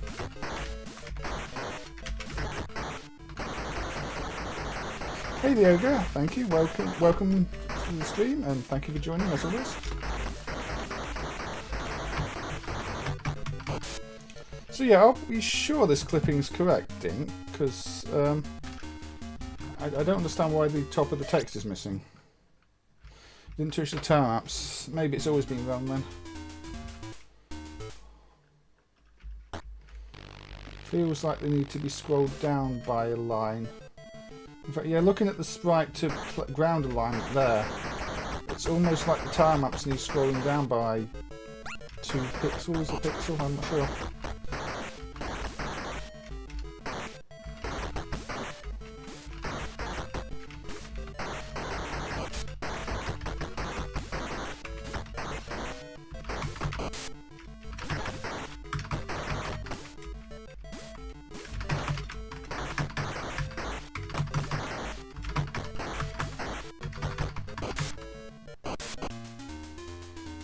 Yeah, by Seibu on modified island hardware. Yeah, sorry if I missed another comment. Yeah, it's by Seibu. Sorry, I missed that initial comment. So 85 from Seibu. Early Seibu stuff. There's another Seibu. I'll look at another Seibu game in a bit. One that used a microphone. The head's disappearing is correct. Ah. So, it's an odd looking effect. It's like having a decapitation. Chuck Norris Superfighter 2000. Could be.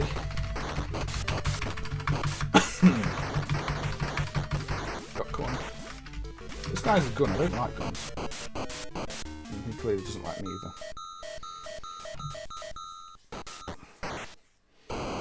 So both buttons is guard. So this is what Dink was saying. You do have to use the guard to be effective. And I wasn't using the guard. I was just mashing the buttons.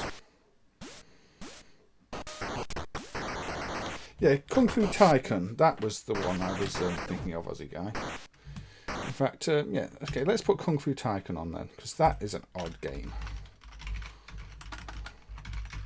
Just to show what it is. Right. Now.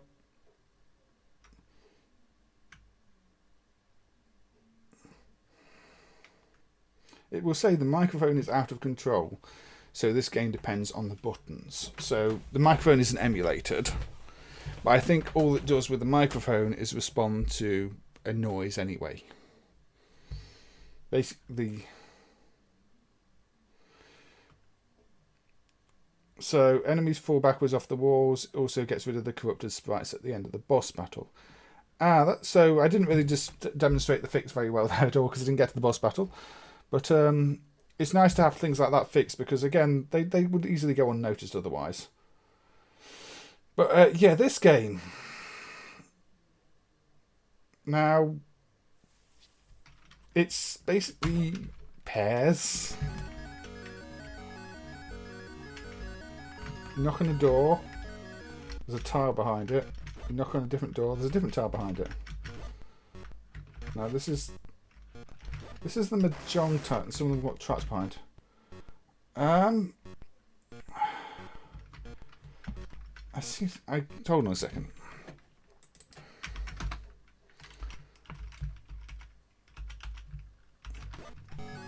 I think yeah, the different sets have different graphics.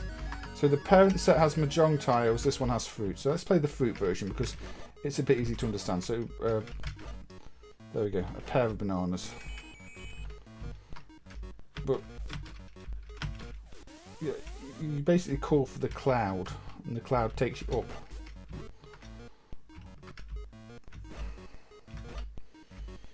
No.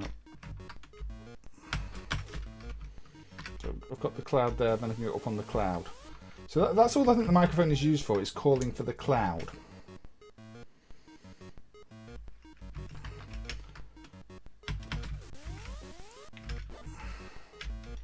A key there, there's another key there. A lemon there. There's a cherry there. There's a coin there. Where was the other coin? The other coin was down the bottom, wasn't it? But this has got a really bad frame rate as well. So there's two coins there. Bonus time. Don't really know what bonus time does. Maybe I can just collect the enemies or jump on them or something. Yeah, just collect the enemies. But yeah, I can call for the cloud and go up a level. I think to call for the cloud with the microphone in service, you would have to shout, and it would bring the cloud to you. But there's just a button because the microphone's not emulated. So we're done with that one.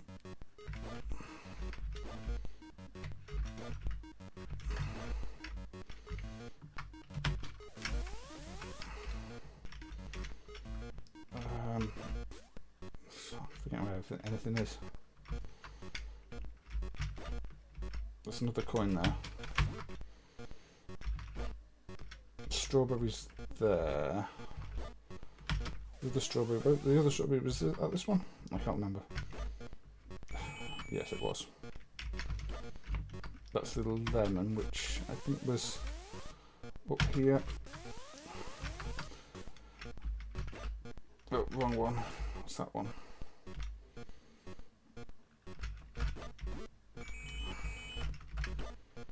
That's a bomb. I think that's bad. Yeah, oh, that's bad. Well, not bad. So, yeah. This is a strange game. The ogre, you basically knock on the doors open, and it shows you a fruit, and you've got to match the pairs. So you've got it's pairs as a platform game, with a button or microphone to call the cloud, so you can go up and down. But yeah, at least the clone set doesn't use Mahjong tiles. And okay, yeah, then there's a bonus game apparently. Honestly, I don't know.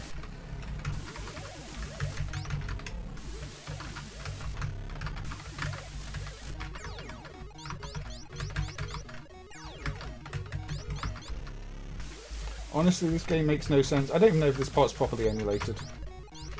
You know, the dragon heads get stuck there, but there's a dragon tail. Now there's a dragon claw. Maybe that's meant to be behind the cloud. There might be a priority glitch there.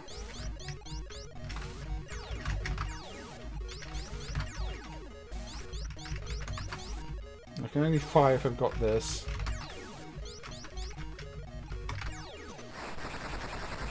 Yeah, I think maybe those are meant to be behind the cloud. Yes, it's now turned into a shoot 'em up or something.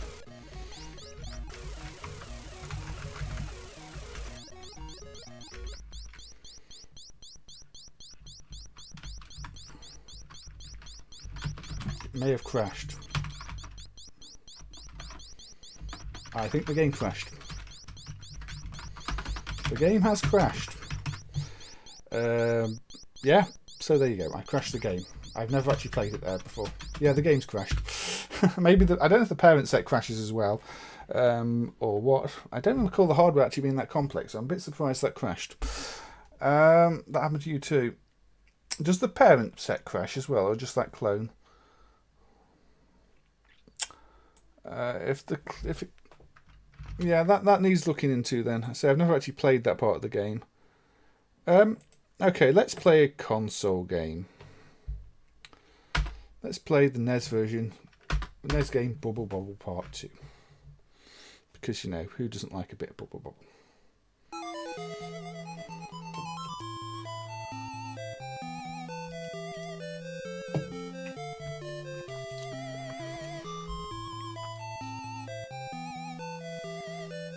I've not actually seen anybody ever report that bug in MAME though, that crash, so that was a little bit surprising. The parent doesn't crash at that point. Yeah, if the parent doesn't crash at that point, I kind of wonder if that other set is just a broken version of the game, or a bad dump, or a hack. I mean, maybe it was hacked to have non-mahjong tiles. I mean, that seems to be a localized version. I really don't know. A bit suspicious. Probably needs looking into. Could be a bad ROM. But yeah, let's just play a bit of the NES Bubble Bobble 2. Which of course is not based on an arcade game. It's a NES exclusive, I believe.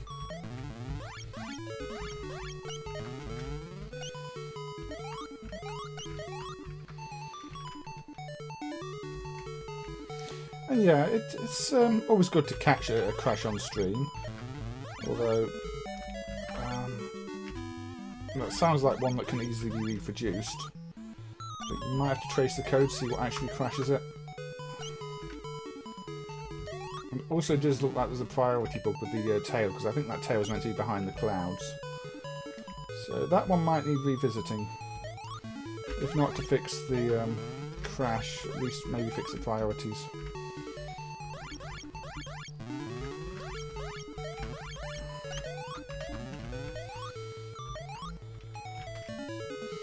Yeah, there's quite a few Bubble Bobble 2 games. I don't think Taito really knows what order things came in. This is clearly not based off the arcade Bubble Bobble 2. And or Rainbow Islands, which is also Bubble Bobble 2. I don't know. Not going to complain though, they're all good games, they're all good fun.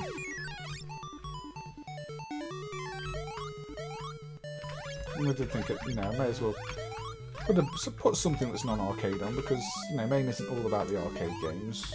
There are plenty of good console and computer games to have a look at in MAME. It could be protection, although, you know, IVM aren't really one for, or Seibu IVM aren't really one for protection in that era, from what I remember. I mean, obviously Seibu are known for protection later on, but the time that came out, I can't really associate much with protection. The unreleased Beyond the Kung Fu does have protection, but that was later. I think the Load Runner games have a bit. Again, I think they're a bit later.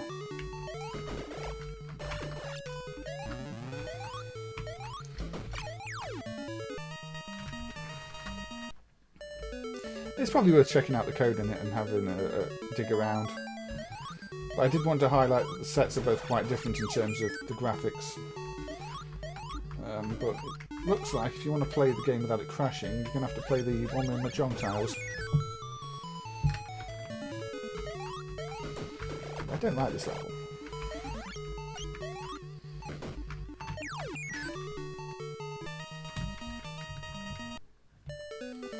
Yeah, this doesn't quite have the charm of the original or proper versions of Bubble Bobble. I just wanted to demonstrate it because I figured it was maybe a Bubble Bobble version that people might not have seen, owing to it being sort of a NES game.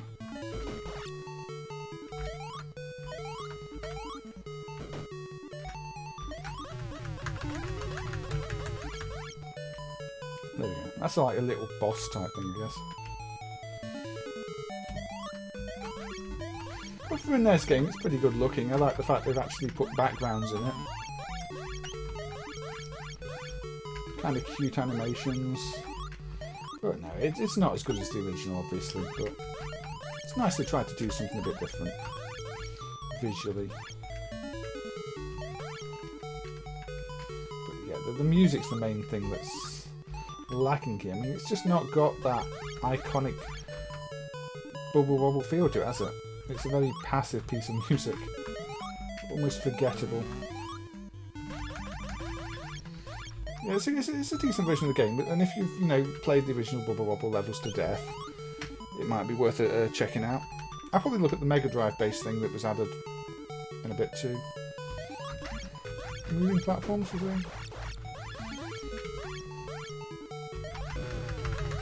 Get rid of that first, because that thing is a pain. Yeah, it's always been an odd one, this. I don't know who developed it.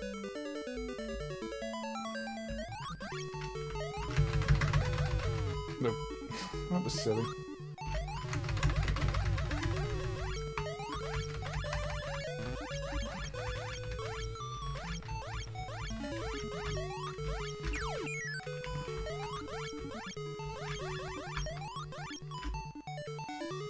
I wouldn't have complained if I had this back in the day, though. I would have enjoyed playing it. I mostly played Parasol Stars on the NES, though. ITL. Archon Returns is not a great one.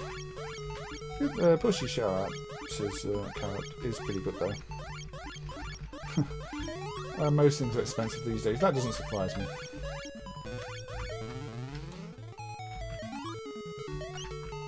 Yeah, I always found Archon Returns to be rather disappointing. It just doesn't do anything worthwhile new. And really should have been a vertical game. Not so many boss. Fortunately, you just attack it with plain bubbles. No special bubbles on this one.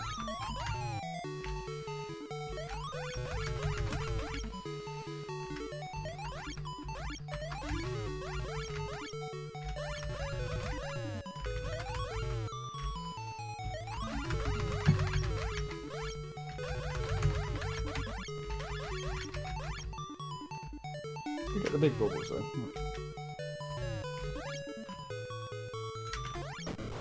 There we go. Little guys in there.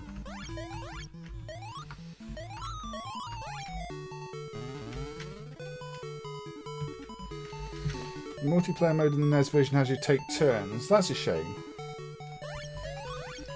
The theme changes from woodland to something else. It changed colour. I don't really know. It's been a while since I played this one. I don't know how it develops. We could also always just, you know, reset and see if we can track down. There's no proper track demo. That's a shame. Never mind. Switch has been out. Yeah, I mean, quite a lot of the time games ported to things like the NES did end up doing that. Because I guess sprite limits as much as anything. If you've got two players, you've got to be more careful about sprite limits and flicker and I don't know. There's plenty of reasons. I did say I'd look at the recent edition. I think I played this on stream before, but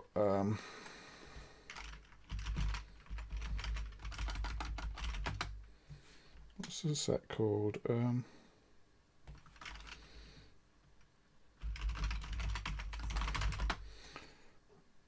I can't remember what the set's called. Not that.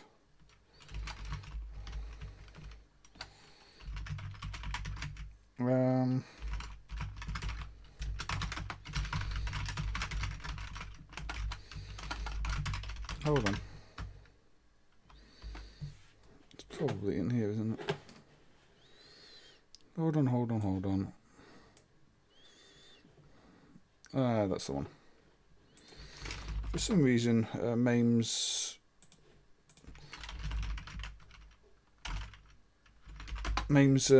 best match wasn't finding the game name when I was typing Super Bubble Bobble. But here we go. So this is an unofficial Bubble Bobble game. It was from Sun Mixing, and this arcade version was dumped some months ago now. This does have its own little remix version of the theme. It's kind of good. But the Mega Drive didn't actually get a Bubble Bobble game. It did get a version of this, and it was kind of nice to see the arcade version of it dumped. Of course, I've chosen the level without the Bubble Bobble music, but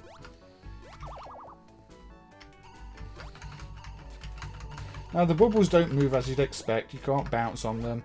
It's not a true Bubble Bobble game, but it's a Bubble Bobble inspired game.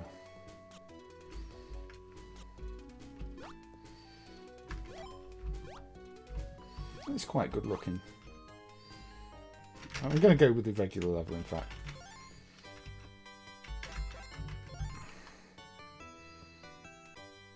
There we go. I just want the proper music.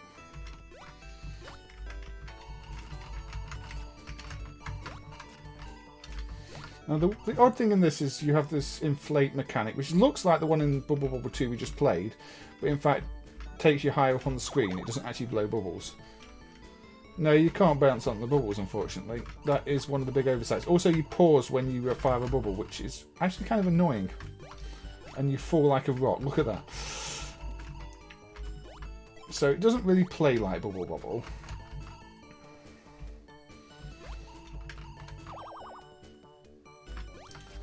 But, you know what? I don't actually mind it.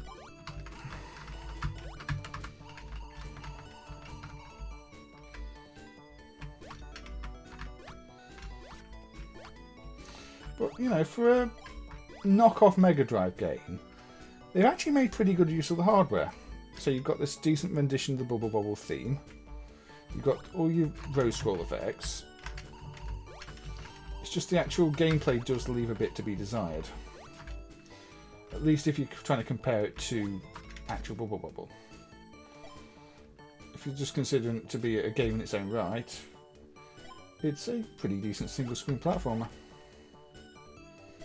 Yeah, I think they did a good job. For a random, you know, Asian company, probably Chinese or Korean. Yeah, it's a very respectable effort. So there was a Mega Drive version of it, which is a bit different again. So that was one of the good things about when this was dumped. I was expecting it to just be a straight port of the Mega Drive version, but it's not. It's slightly different colour choices, different character choice, different level progression. So when this was dumped, it did offer something new that we hadn't actually seen before in the Mega Drive version. Similar but different. It's considered a remix.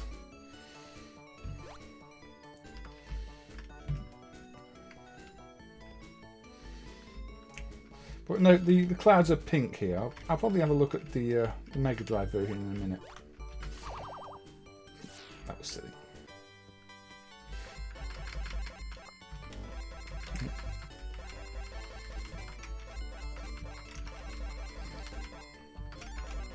We don't need to spend too long playing it. Get the idea. It's kind of cute. It's got the whole Bubble Bobble look to it. I think this was one of the nice additions. I think it was added, probably, was it the end of last year? I think it was towards the end of last year this got added to MAME.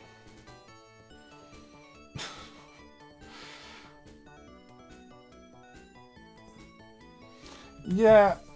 Well, a board did come up many years ago, around the time I did Haze MD. But it sold for too much money. But this then turned up. Well, two of these boards turned up at once, in fact. Can't remember where, but two of the boards just turned up and they were dumped. And yeah, it turned out to be this. But yeah, let's have a quick look at the Mega Drive version.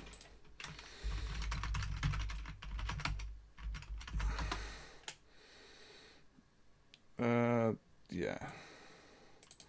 This is just Chinese, not Korean.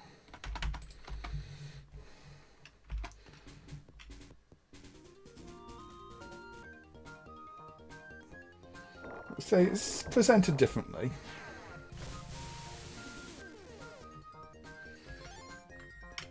Again, you've got your choice of characters here. You don't get this in the arcade version. But you don't get the level select here from memory. No. And you notice the palette's different here. You've got grey clouds rather than the purpley ones.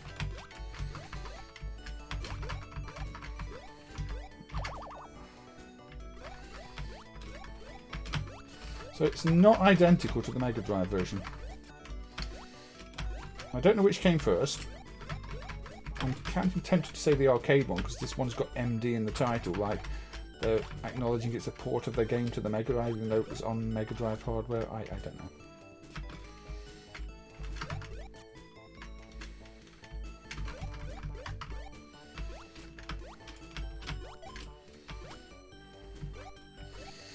know. Because China? I don't know. Yeah, shall we go with that then? Shall we actually just pick one of those? Which one shall we pick?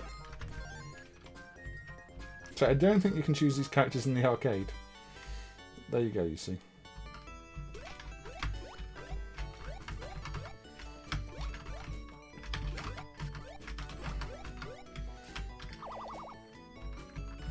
But yes, obviously they've borrowed some characters from elsewhere. Which I don't know is a good thing or a bad thing, but it's a thing.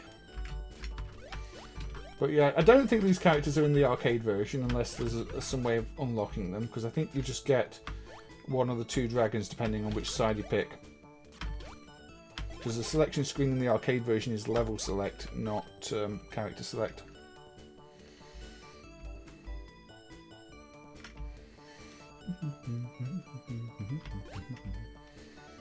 I did that last time. Yeah, I always had a soft spot for this one before the arcade version was dumped. I know it doesn't really play like Bubble Bobble, but I still kind of enjoyed it. And I think, you know, had this been released on the Mega Drive, not just in China, people would have bought it. It would have probably got kind of sort of mixed reviews because people would have wanted a proper Bubble Bobble game. But I still think people would have fond memories of it if more people had owned it. Oh, you have Thomas. Take care, and I'll catch you on the next one, I hope. I don't know when the next one will be, but it's always good to have you around.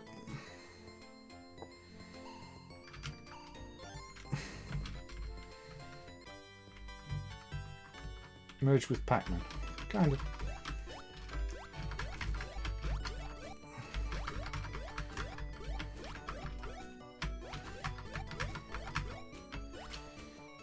But yeah, I don't know how many levels there are in it. I know the level select on the arcade lets you select just the 4 worlds. I don't know if that's all there are. I've never played it to the end. Yeah, and your inflation graphic for this character looks like that. For some reason.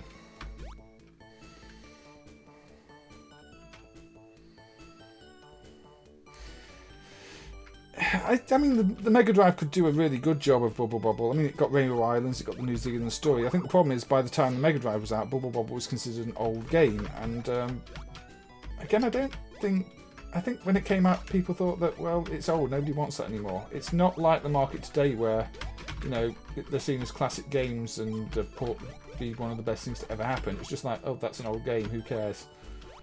I mean, you know, the Mega Drive got that Majesco port of Frogger really late in life, and everybody goes, well, it's just Frogger, who cares? But that was actually a decent port of Frogger, I think, but nobody wanted it, not in like 1998.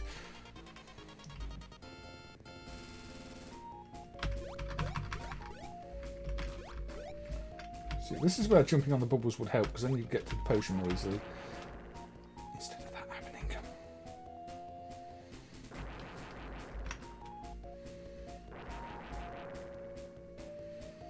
Yeah, the boss fights are kind of where this suffers a bit, I have to say.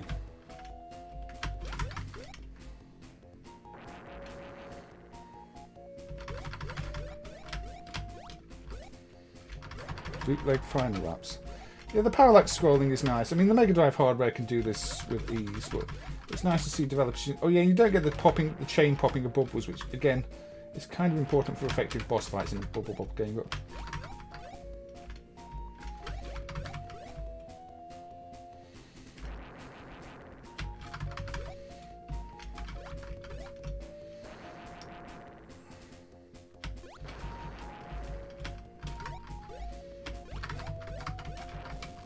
There we go.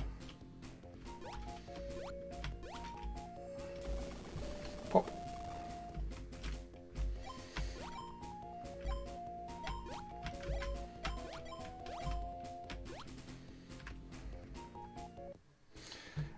There's a bootleg conversion of Final Lap in MAME. Final Lap 3.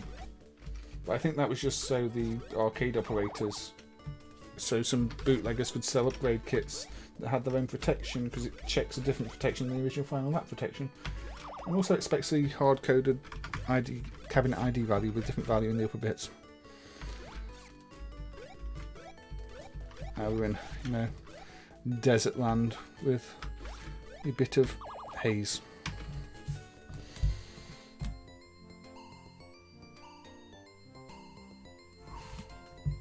Anyway, I showed the arcade version, I showed the Megadrive version. So they're not proper Bubble Bobble games, but they're pretty enjoyable. Haze MD. Yeah, one of the reasons I did Haze MD is because I wanted to get this version emulated and see why it was protected. It just takes a single value on boot up and you can bypass it really easily. But at the time, the Mega Drive emulators didn't run it because obviously they don't emulate the protection in the cartridge. As simple as it is. Okay. Let's have a look at... I don't think I looked at this in the previous stream, did I? Magical Twinbee. Maybe I did. I can't remember. This is the recently dumped European version of Twinbee Yahoo. It looks like I'm playing from Quagmire's Family Guy. Never seen that connection. All right, Neil, thank you for joining, and take care. Hopefully see you on the next one. Yeah, the 3 Bubble Bobble 2s. We discussed that, Mr. Outer Heaven. Like, there's Rainbow Islands, there's the Bubble Bobble 2 on the NES, there's Bubble Bobble 2 Arcade. The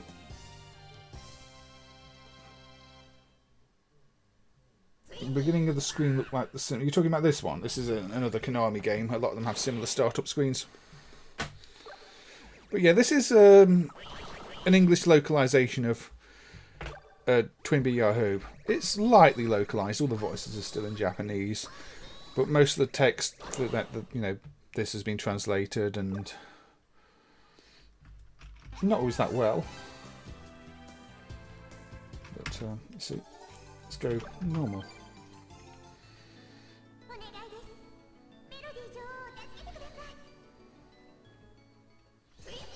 So it says please attend, which basically means player 2 can join in. That's a very odd translation for saying, you know, player 2 can possibly insert a coin and play. Oh, the yeah, that's actually quite a popular Japanese character, Mr. Midas.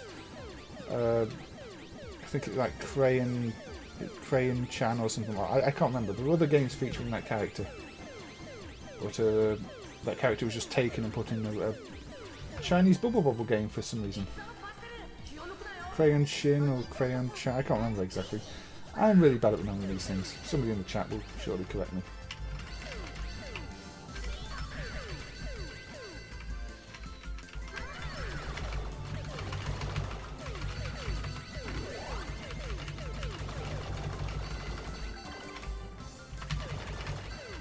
Like all Twinbee games, you shoot the bells and sometimes they'll change colour, and then if you shoot them again they'll change back and it gets really annoying because shoot them too many times, you don't get the power you want. Other than that, you know, they're well presented games. One of Konami's popular services. So it's quite surprising to, you know, find out that there was this undunked version, which nobody had ever talked about before. I mean, the graphics are in the same graphics ROMs. The graphics are in the ROM. There's no new graphics ROM for this set. So if we'd looked in the graphics ROMs before, we might have sort of got the hint that there was an undunked version of it, but that doesn't always guarantee those versions were released. But in this case, that version showed up, and here it is. Oh. Lasers. Almost as bad as laser wheels. Cow's favourite thing ever. Apart from Final Lap. The bees. Yeah, Polystars unfortunately doesn't run very well in MAME. The frame rate's too bad. I still need to see if that can be optimised in any meaningful way. I think it probably can be, because the profiler does kind of point at one function as a real hotspot, but it's a case of how much can it be improved. Oh dear. I got my ally and I lost my ally.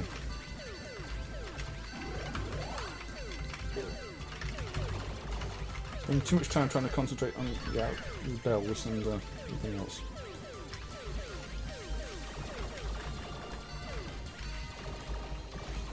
I don't think I've got the CHD for Polystars local. I can check it out, but it doesn't run well. I'll check after this if I remember, but from memory I don't. And it run about 20% speed. The annoying thing is sometimes you double shoot something even with a single shot just because of how the shooting works.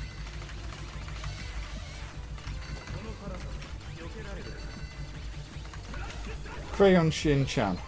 I had the right words, just in the wrong order then. But yeah, it's one I recognise. I think there's a Megadrive game based on that series too, isn't there? A platform game, is it? I know I've seen quite a few. I think there's a PlayStation thing as well. Not a series I really follow, but one that, when it shows up I recognise. I've seen it before. I'm not playing this well at all, as you can probably see.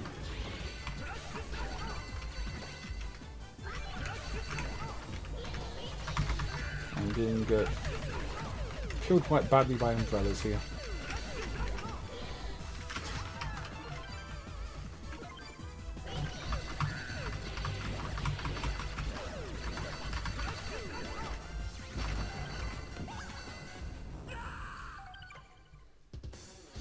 So we're on about 2 hours 10 minutes. MTB, Magical Twin Bee. My only weakness, umbrellas. But I really like Parasol Stars, so those are friendly umbrellas. These are just annoying umbrellas.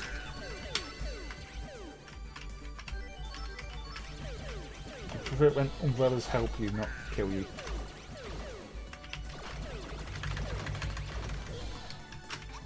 But yeah, I do like the art direction of this game.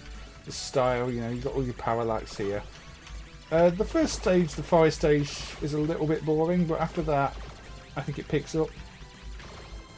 And the forest stage is sort of traditional on these Twin Bee games, though, so has to be there. Unfortunately, the track mode doesn't really demonstrate much more. There's a bit, but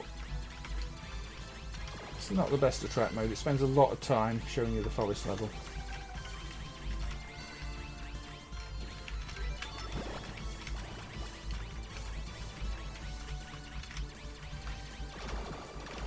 I think I did prefer the vertical game in the series, which I think was the second game, aka Bells and Whistles. I'm sure this pig is also in Space Bomber from Psyche.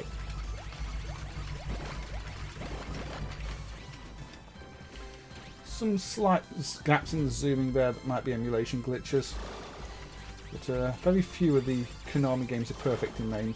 In fact, that's something I'll probably end up demonstrating in the near future if it goes in. Kayla's been working on some Konami improvements in MAME, specifically Vendetta, where MAME's emulation of the collision chip has actually been missing quite a few features for the entire time it's been in MAME. He does have it hooked up so Vendetta plays better, but I think there are still some values that get written that aren't used. Konami did seem to like protecting things like collisions. Other games like Spy, SPY, also have protected collisions. And there were a number of different chips that used to do that. Some of them were programmable, some of them weren't.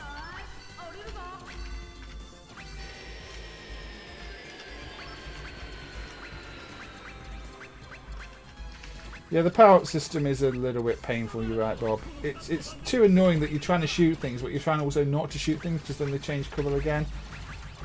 But it's kind of what defines the game. I mean, if they changed that it wouldn't be Twin Bee anymore. So they kind of got to keep it. So it's one of those series where you're either going to like it or you're not. And if they change it, everybody who likes the game is probably going to hate it because it stops being the game they like. Which is a problem a lot of games face. And I'm never a fan of games just dropping what makes them unique to appeal to a larger audience. It happens too often. Often to the detriment of the game. So it's just a case of, I guess, if you don't like it, there are other Konami games to play. So I'd rather games kept their identity, even if they might not be to my taste. Yeah, Final Lap removed the easily spinning car, it wouldn't be Final Lap anymore. That is true. Final Lap suddenly became easy. Yeah. The good thing about, you know, the Konami GX system is the colour depth. The number of bits per colour lets you do nice smooth gradients, which really works on some of this art. Of course, you've got all the transparency effects, which help too. Lots of things, you know, you couldn't get a Neo Geo game looking quite this nice. Although the resolution is kind of a bit low. It's more like a, is it? Yeah, the standard resolution is 288 by 224, which is kind of low. A bit SNES-like. There are some high resolution GX games that could do high resolutions, but most of them run in this resolution. There you go, lovely parallax on the sea there. Yeah, maybe a mix of Gradius and twin beam mechanics. You do have this power that I've not been using. Recharge shot. Well, yeah, maybe just change the speed up so that it's a cycle thing. You know, so you tap a button to change speeds. Just leave the power for weapons. I don't know. There are ways the series could maybe be better without losing everything about it. Anyway, I just thought I'd demonstrate that one because it is one of the recent additions. If you want to play the game in English, then yeah, I might have played it on the previous stream, but always worth having another look at it, I think. But, there we go. Let's close that anyway. Ooh, where shall we go now? Yeah, I did say I don't know if I've got this on here. We shall find out. Apparently I do. This is not going to run at a good speed at all. But it was mentioned. Say 42% and it's not doing anything yet. 46%. Well, 100% because it's just on the device check. 53%. And something even lower, 5%. It really drags down whenever it's loading anything. I don't know if that's some dirty marking stuff. So, yeah, okay, 66% speed. 35% speed.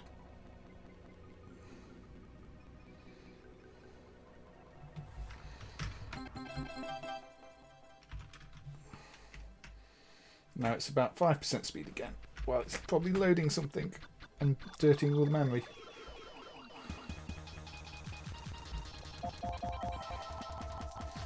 Yeah, I do think there's room for optimization in this driver if somebody wants to look at it. But I don't know how fast you could actually make it. I mean, at the end of the day, you do have two rather, well, 66 megahertz power PCs, a 66 megahertz 3DO DSP. It's not an easy processor setup. Yeah, it's running at 40% speed for me because I guess there are probably people with better hardware, and it might not be running at full speed even beyond that, because this feels like slower than 30% speed to me. So it might be one where the speed is not right, even if you were to sort of AVI-write it and see how fast it was running. But yeah, it's a Konami shooter on the ill-fated 3DO M2 platform, which never made it to the home. Meant as a sequel to the 3DO hardware, but you know, the PlayStation happened and 3DO became completely irrelevant very quickly. and also very expensive, and there was no market for this, so it just ended up being used for some arcade games, which, yeah, I'm getting like 38% speed, and I think it's probably about half that too. Needs work. You can see it's very colourful.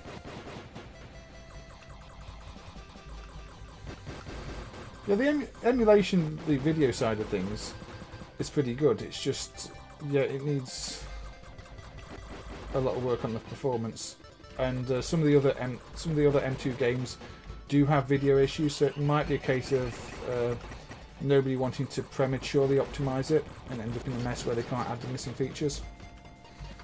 I'm not really sure. You can see the game does run, it's just slow.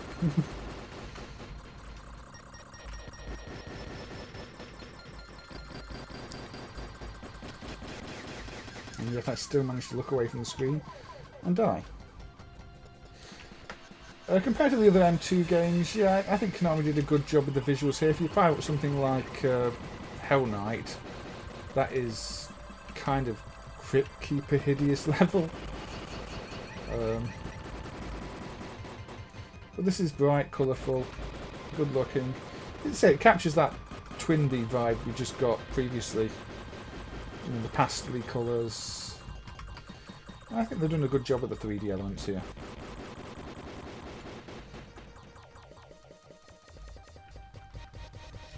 Yeah, it runs at lower resolution, which means it runs better. I think Hell Knight, Evil Knight, has one version that does run in lower resolution. I can't remember which clone it is, but one of the clones does run better because it runs in lower resolution.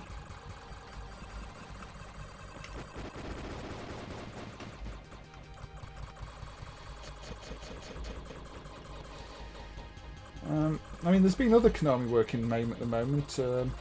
Windy Fairy, who did a lot of the music game work, has made some of the Viper games do a bit more, I believe.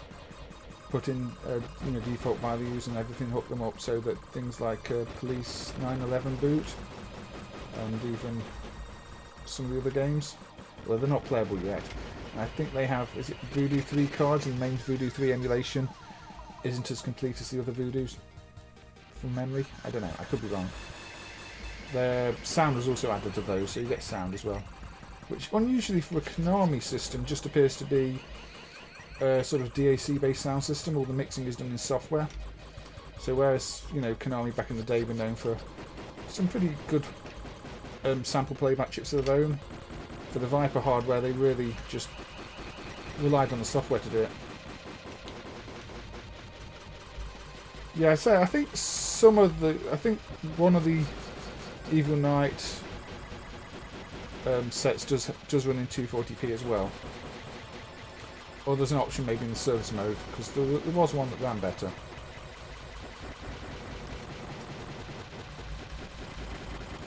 Anyway, you get the idea. It's running at 25% speed now, and it gets slower as the game gets busier. But yeah, this is definitely one to look out for in MAME if the driver gets optimised at all, and I really do think it could be optimised. Not sure how much, but I think there is room.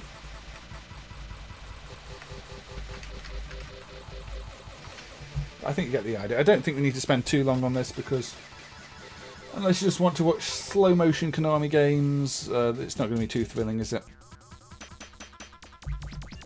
What hardware is it? It's the 3DO M2 hardware, so it's 2-power PCs, the 3DO DSP, all running at 66 MHz, CD. Again, this has got DAC for sound rather than anything fancy, but again, that's because it's not really Konami designed hardware, is it? It's the 3DO hardware. But the sequel to the 3DO hardware. MAME doesn't even emulate 3DO, but yet does run these. But yeah, you get the idea. It's a bit too slow to play properly for the time being. I'm sure a combination of a better PC and some optimizations could get that nearer playable, but I don't know. Shall we go back to classic Taito and the Fairyland story? One of their pre-Bubble Bobble platformers.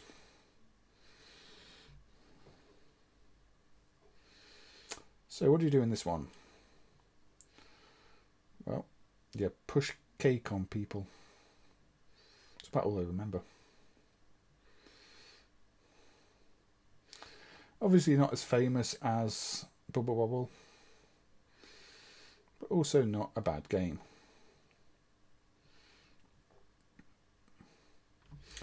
And there is something satisfying about crushing enemies with cake.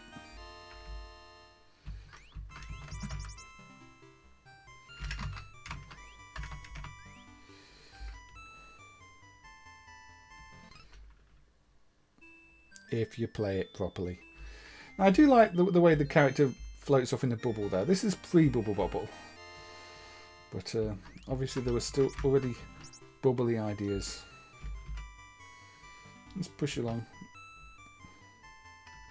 There we go. It's like level 2 from Bubble. It is indeed.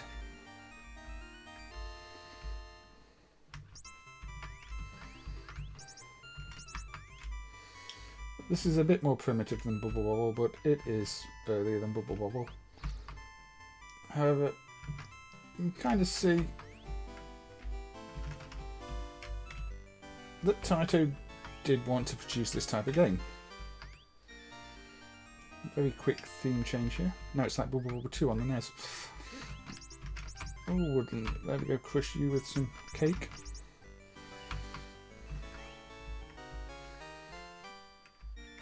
Yeah, that's sort of the gimmick of this one.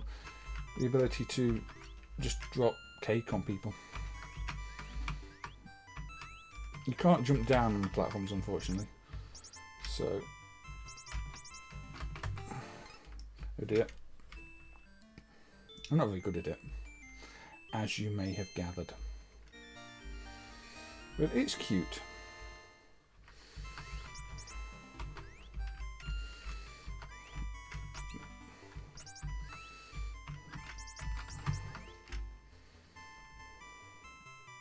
Go on, there we go. So yeah, you get bigger points if you crush more of them at once and things like that. It's quite simple.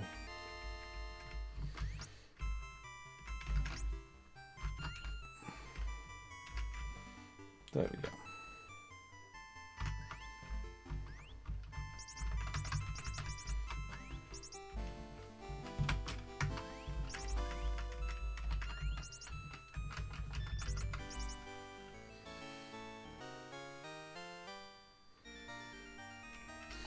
Yeah, I mean, I would say this was unrefined. I mean, look, these are practically bubble dragons from Bubble Bobble, but actual more dragon-like.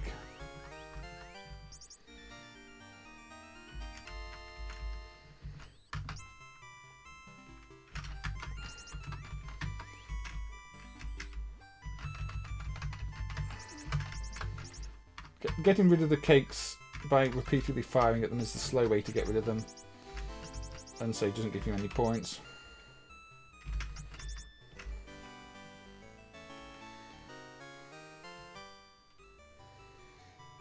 Yeah, they chase you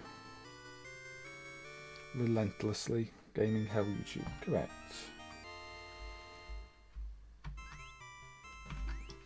But you know, if you're wanting to program your own single screen platformer, there's still many things you could learn from this, and the fact it plays differently is a good thing, I'd say. I mean, it gives it its own character. A lot of games don't really have enemies that chase you; they just wander, you know, meander around aimlessly.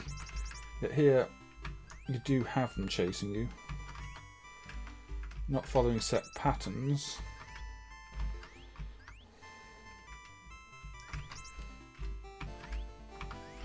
The jump is a little bit awkward, as you can see. I'm struggling a little with it there. Can't seem to pick up that item. I don't know why. You see the outline, the border of the level is basically a birthday cake too. The theming is very good.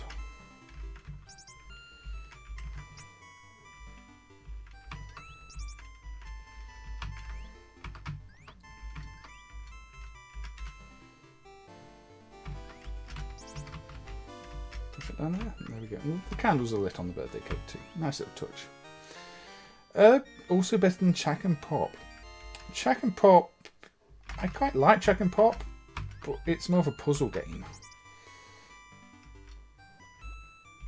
Check and Pop, you can't just play and expect to do well. You have to treat every level as if it's a puzzle. A very difficult puzzle. Now you see the themes do sort of repeat.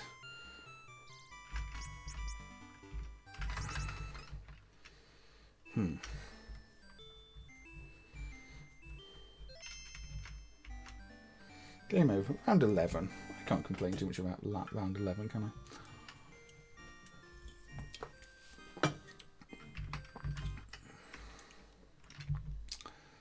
But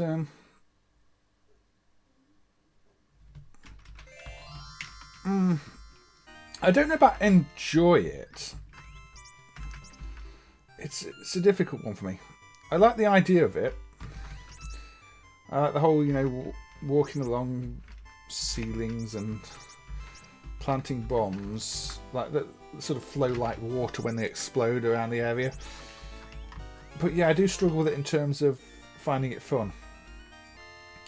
Which, I don't know. It's not as difficult to enjoy as something like the Taito Bygone prototype, which again I really want to enjoy because it's a slinky type game. You know, you slinky character picking up parts, but it's such a mess. You can understand exactly why that one got left in the prototype stage.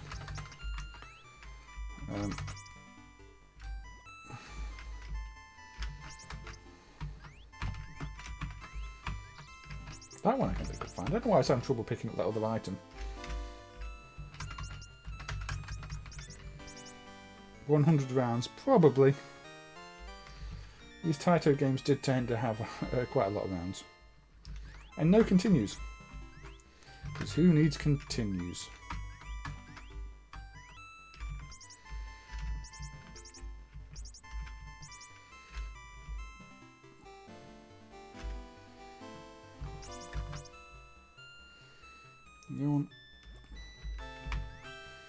But yeah, before this was emulated, a lot of people did ask about it.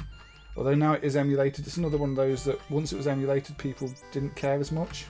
I don't know if that's because they realised it just wasn't like Bubble Bobble, or if the people who enjoyed it have kind of just moved on to other things these days.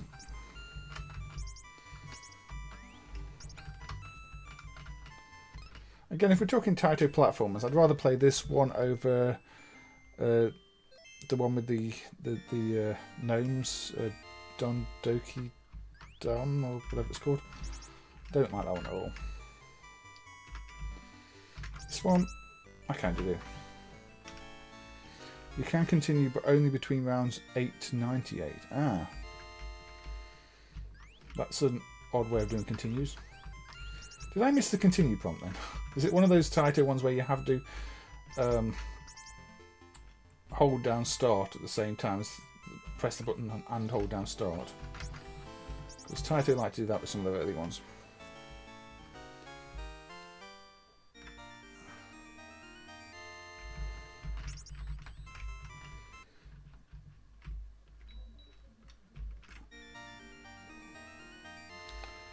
Oh, you have to stay alive until round 8. Okay, well, I've failed to do that. I have failed to do that. So that's a very odd way of doing continues. Yeah, but doesn't really surprise me. Taito did like their unusual mechanics, didn't they? Okay, what shall we do next? I think we've seen the Fairyland story.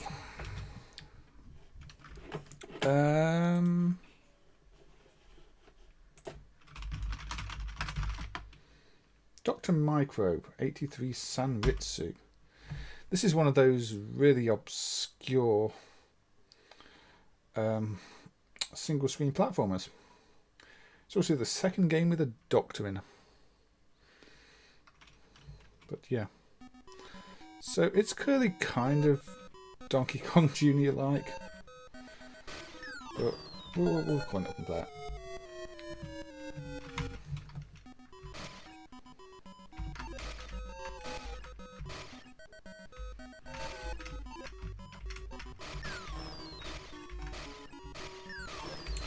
Tiny Doctor. Now you can influence the directions of the platform. I'm probably better not doing. Yeah, and I think it's got like jars of blood. I'm not entirely sure. If they're jars of blood, that makes this one of the most gruesome games ever. The little boat there stops you falling in the water.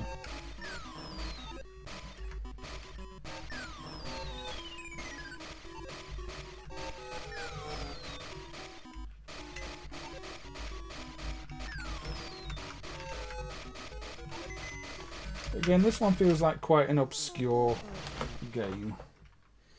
For some reason, this is on the all-killer list, though, so I couldn't feature this one in my all-killer alternative stream. At the same time, I doubt many people have actually bothered to play it. Also, I can't remember how to play it.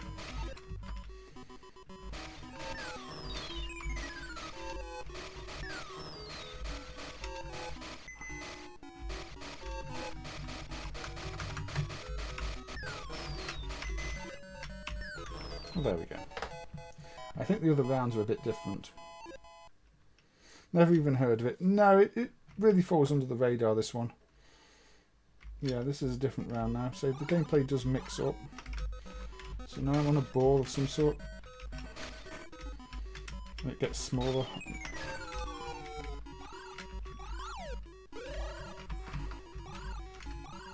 Get another ball.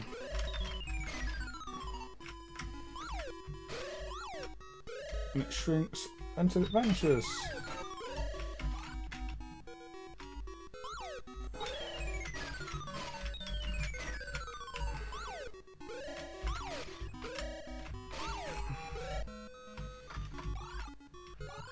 And I seem to remember this is the level where the fans blow you around, by the way. That's why I'm having trouble moving. If that wasn't clear.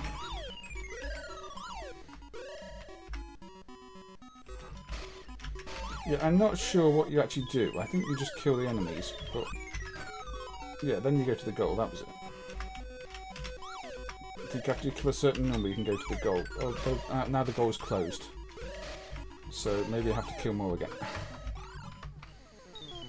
Am I Alex Kidd wearing headphones? Me personally? No.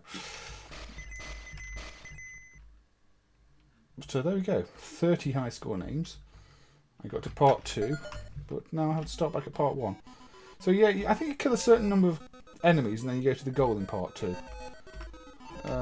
Like many of these single screen platformers, you do have to learn what you do on each screen, each scene. But yeah, I see what you mean. It does look a bit like Alex Kidd. But I'm guessing it's Dr. Alex Kidd. Dr. Micro.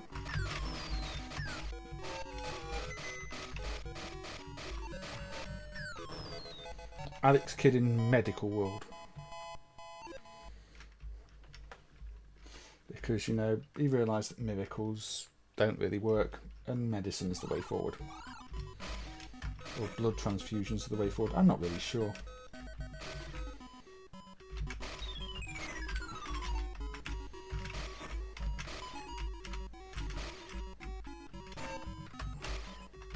Kind of feels like I'm playing Bubble Dizzy.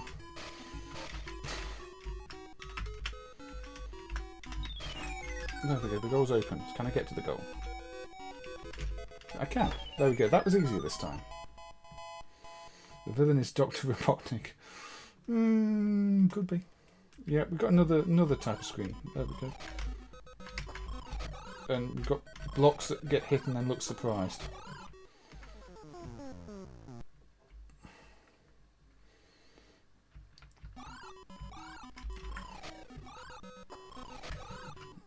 And I look surprised when I get killed by them.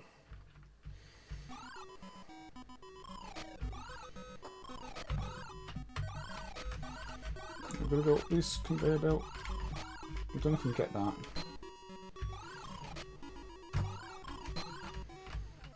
Oh, something got me. I'm not entirely sure what. Probably something that's spawning right there, yeah. Something spawn killed me, I think.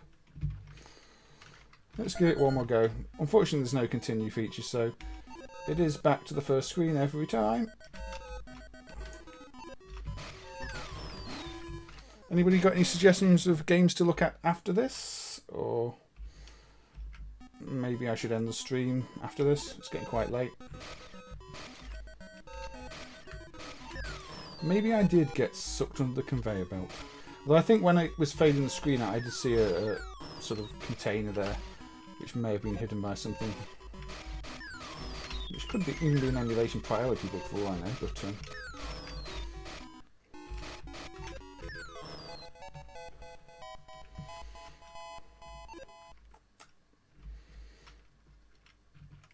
I do like games with pipes though. I mean, the general look of all the pipes everywhere is also kind of reminds me of Frisky Tom.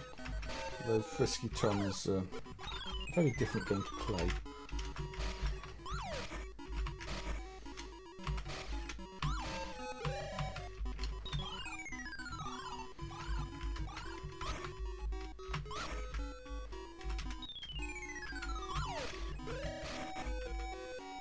Let's get out of that. I suppose there could be priority bugs. It's like Pooyan. I don't know why the blocks look surprised after being crushed. Yeah, the blocks go behind the conveyor belts, which means, yeah, the conveyor belt was hiding the block. I could have probably still seen it if I'd looked a bit harder. Oh dear. Oh well, I will not be getting to the top this time. That was Dr. Micro. It's not a bad game. Let's just blast a few things to finish.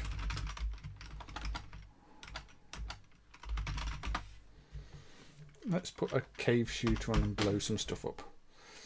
You mean Uncle Pooh, Bob? I could possibly finish on Uncle Pooh after this. Something Pooyan Tinkle Pit. Pooyan.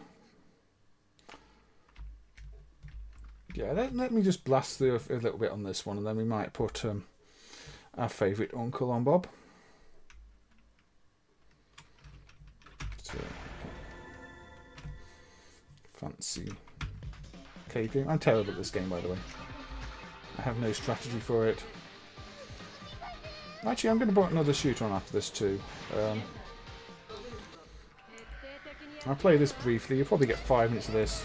I don't want using a bomb, but yeah, why not?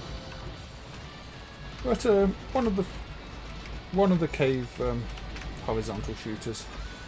Personally, I prefer both Death Smiles and Pro Gear over this. You can't deny it has style. It's also got mechanics that I don't remember.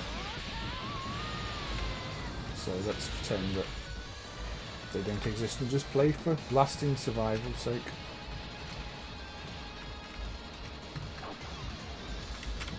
Good.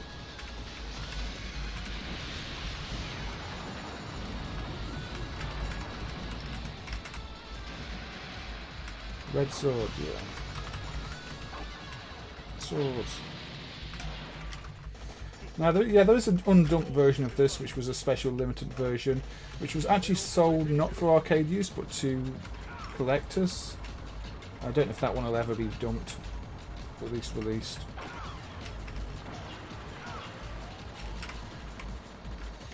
You know, like most cave games, people want far too much for them. And the ones that were special limited releases in the first place, you don't stand much chance of seeing.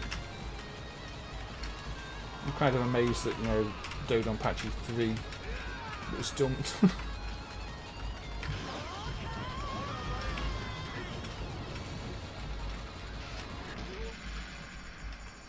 There we go. Yeah, there's loads of detail in these cave games. So much detail you can't see because of all the bullets most of the time.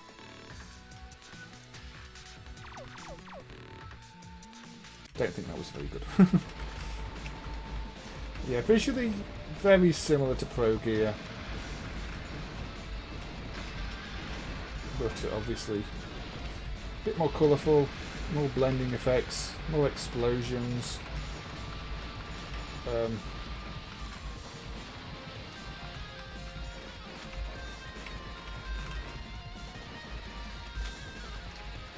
You know, you've got all these trains on tracks and...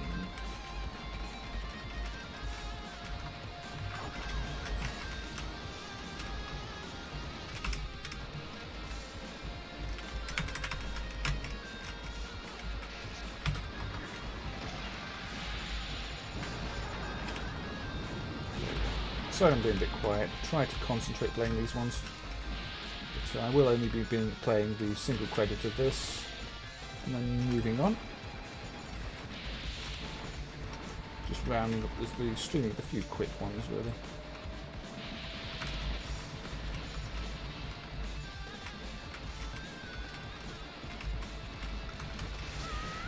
Oh, that wasn't good.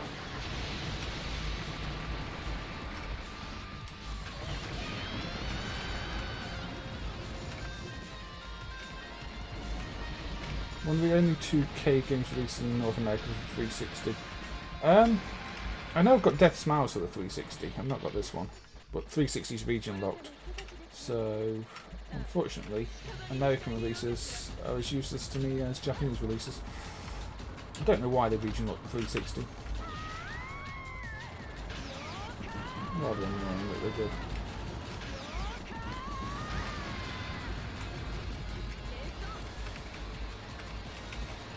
There's planes appearing out of portals, because that's what happens. And that's probably my credit. Oh, I'll do one more credit. I know I said one credit, but we may as well bomb spam our way through a little bit more.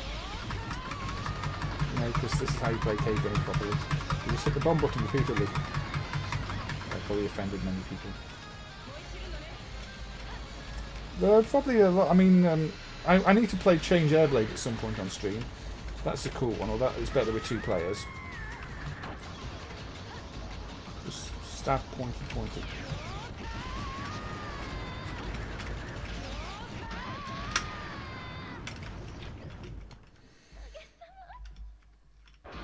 Yes, it's quite a cool little game.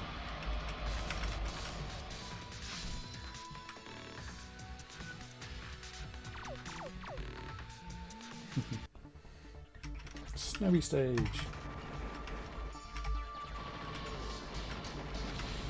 So I'll be moving on shortly because I'm almost dead again. And also we are on 2 hours 15 minutes.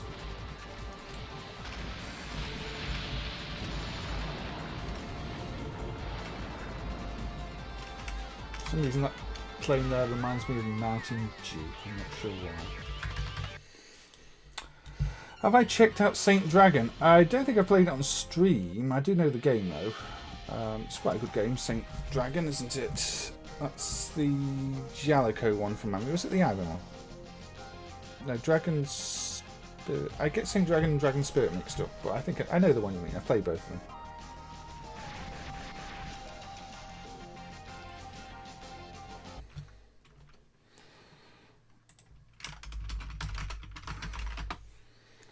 Yeah, Saint Dragon is Jaleco. Dragon Spirit is Namco. What's the other one? Irem do have a dragony one too, don't they? I get them all mixed up. Yes, yeah, the Amiga port of Saint Dragon was a good one, wasn't it? I seem to remember that. People have always praised that one. Dragon Breed, that's the IRM one I'm thinking of, yeah. Dragon Breed and Saint Dragon are the ones they sometimes get mixed up, confused. Yeah. Dragon Breed is also a very good game. But let's put on another shooter now. Let's put on Vassara 2. This got a recent release on the Switch, I believe.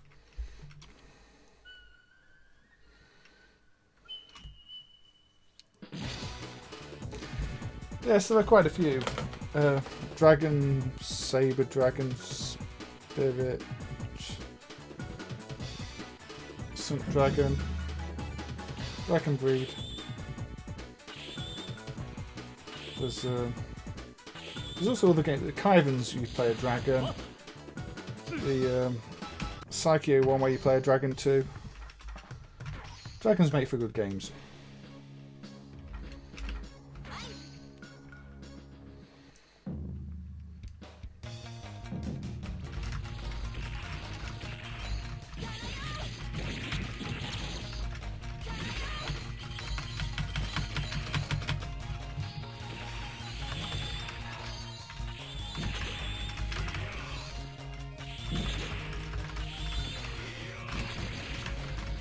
Now this is quite an odd shooter with lots of enemies to destroy in each stage.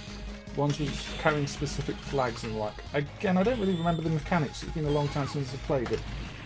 But it's not quite your traditional shooter. And yeah, if you hold down the fire button, you get this blade attack.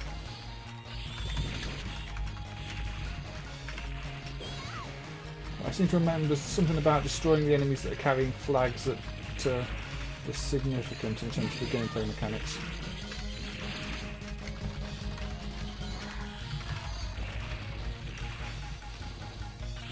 It surprises me that this did actually get fully localized in English. You know, this is the type of game that you'd expect, especially with Visco struggling at the time, because this was very late on. This was when Visco, you know, were running out of money and putting out some of their worst games. But, this one somehow holds up really, really well.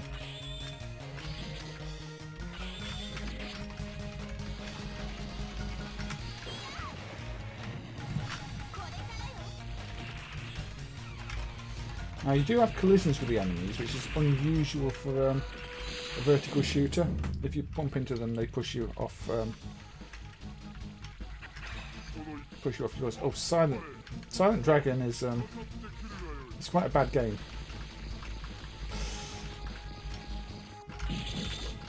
That's what Silent Dragon is.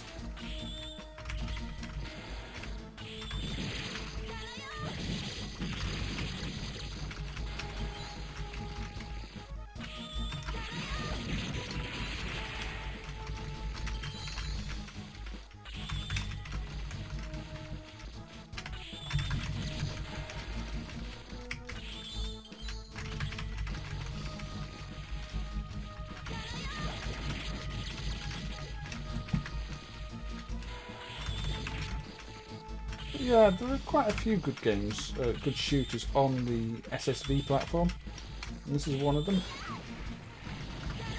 There's also like Stormblade, Change Airblade that I just mentioned, Twin Eagle 2, which is maybe not a good shooter, but it's a memorable shooter. Yeah, see the flags you get at the end during the level add up there.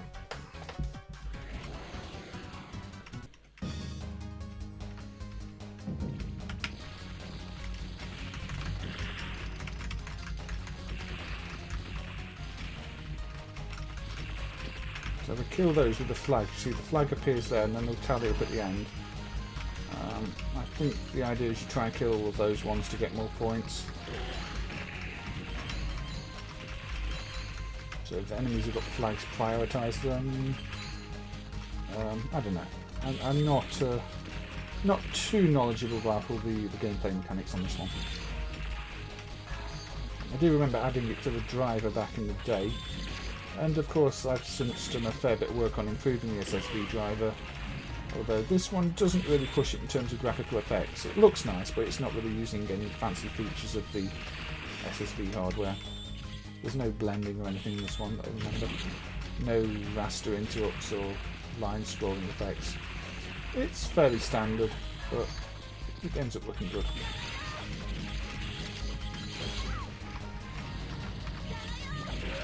Just so you know, good artwork, good art design.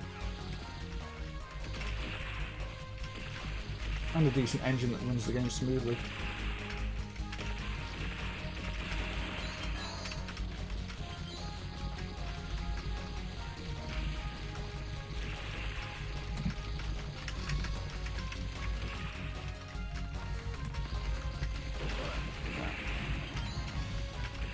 Good night, Andrea. Take care. Sorry if you've already gone. I just saw the message there, but thank you for joining as always. It's been good to see you. Good to have you chatting along. But yeah, Amiga ports. It's rare for a lot of Amiga ports from arcade games were really bad. So yeah, when you get a good port like St. Dragon, it's impressive to see. The Amiga hardware wasn't really designed for arcade-like games, which is why a lot of the better Amiga games are the originals, which were designed around the machine, the limitations of the machine. So, you know, a good arcade port is rare, but there were some good arcade ports.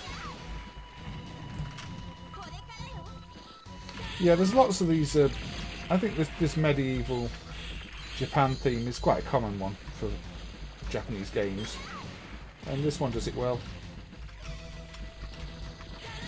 I am just spamming the game a little bit, and the buttons a little bit, but that's kind of what you expect, isn't it? There you go. So again, main character in the level. Nice little blood splatter effects. I think I got more of the things this time, and I think also I killed those characters during the level.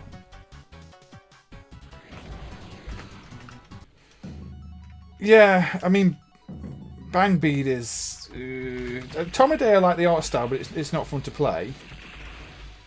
Bang Bead is just like, why? I mean, it doesn't really do anything Flipshot didn't, and Flipshot was bad enough in the first place. But yeah, they did Vassalor 1 and Vassalor 2. Quite similar games. I think Vassalor 2 more like an update rather than a fresh game. But anyway, yeah, they put these out, and they're pretty much the last things they did. But I mean, it's not a bad game to go out on. Full Japanese high score table. Looking very guanga there.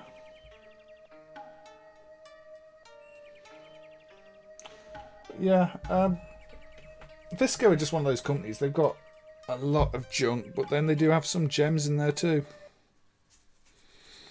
And this is, I would say, one of the gems. But anyway, enough of gem time. I guess we can go with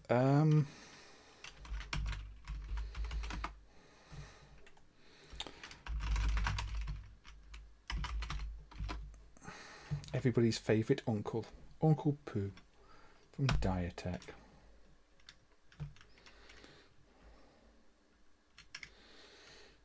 Ah, what a lovely man he is.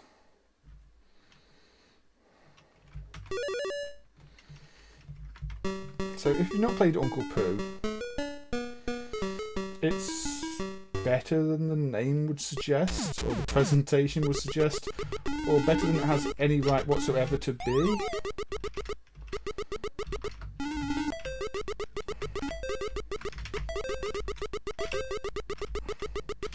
You run along, you try and collect the diamonds before the water catches up with you. You have to clear the paths, and well, your attack is your attack comes from behind you. Let's say that much. You do also have a run button, which decreases your power.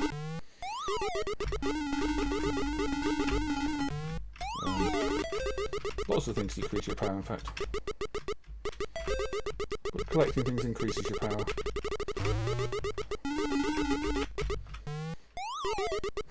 Let's Uncle Pooh indeed. Now, I don't know if this game was created as a joke, but if it was, you know, they've actually done a surprisingly good job.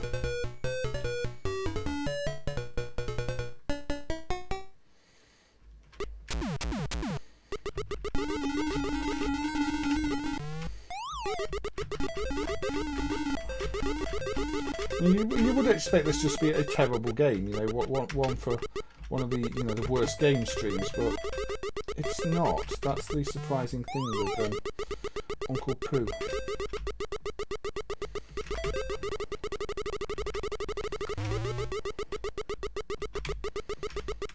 It's by no means a perfect game.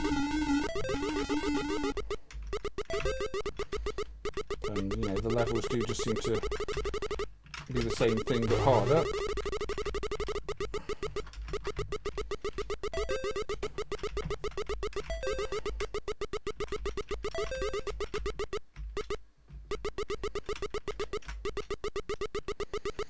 Yeah, that's probably the best way to describe it, Bob.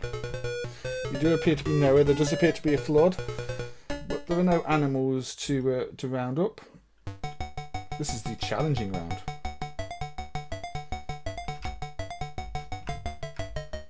Oh, yep.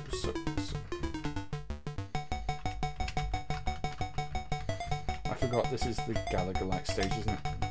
It's you're in the middle of the screen and choosing what direction to project your smell.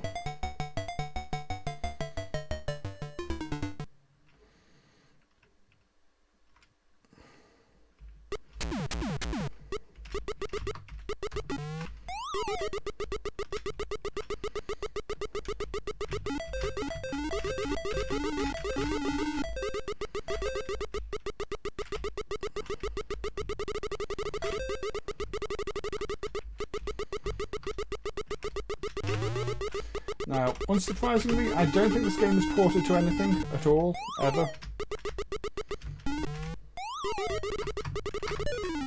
And I got got. Yes, I did think this would be a classy game to end on, Bob. I was tempted to go for Tinkle Pit or Pooyan. But, you know, the good old uncle is never a bad way to end a stream, really.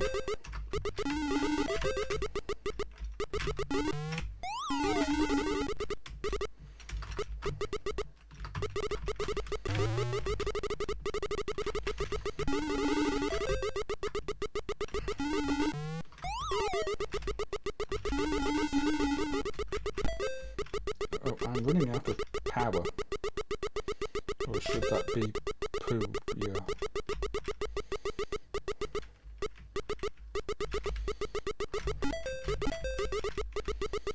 Go that way.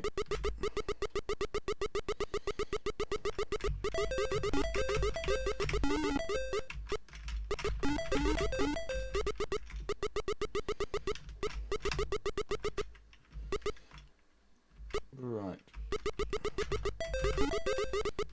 Uh-oh. No, I can't get to that anymore. Like that.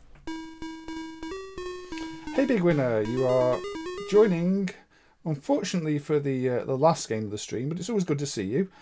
But yeah, we will be ending shortly. We just picked a rather classy game in Uncle Poo to end the stream on. But it's always good to see you. Thank you for dropping by.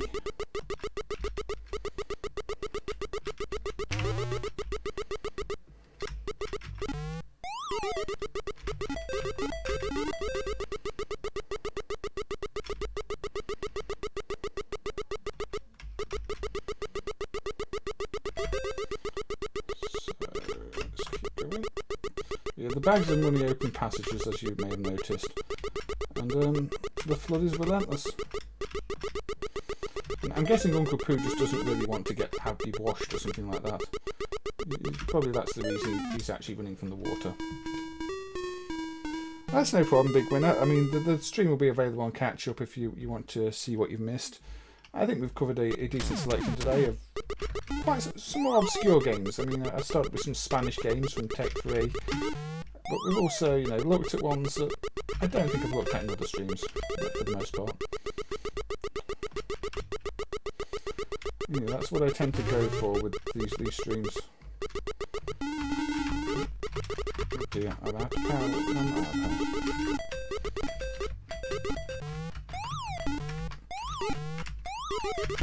Just time to do an emergency poo because I'm too close to the water.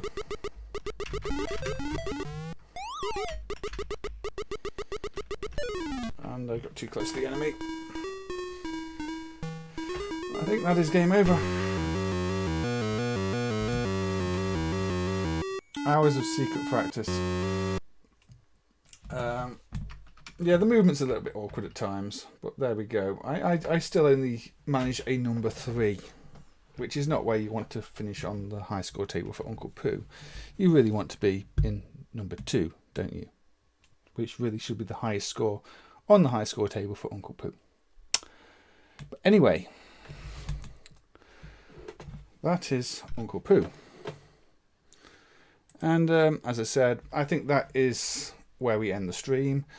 I don't think there's time for a Pooyan or a Tinkle Pit. I would like to play those again sometime. I think I played Tinkle Pit before, maybe on the Namco stream or one of the others.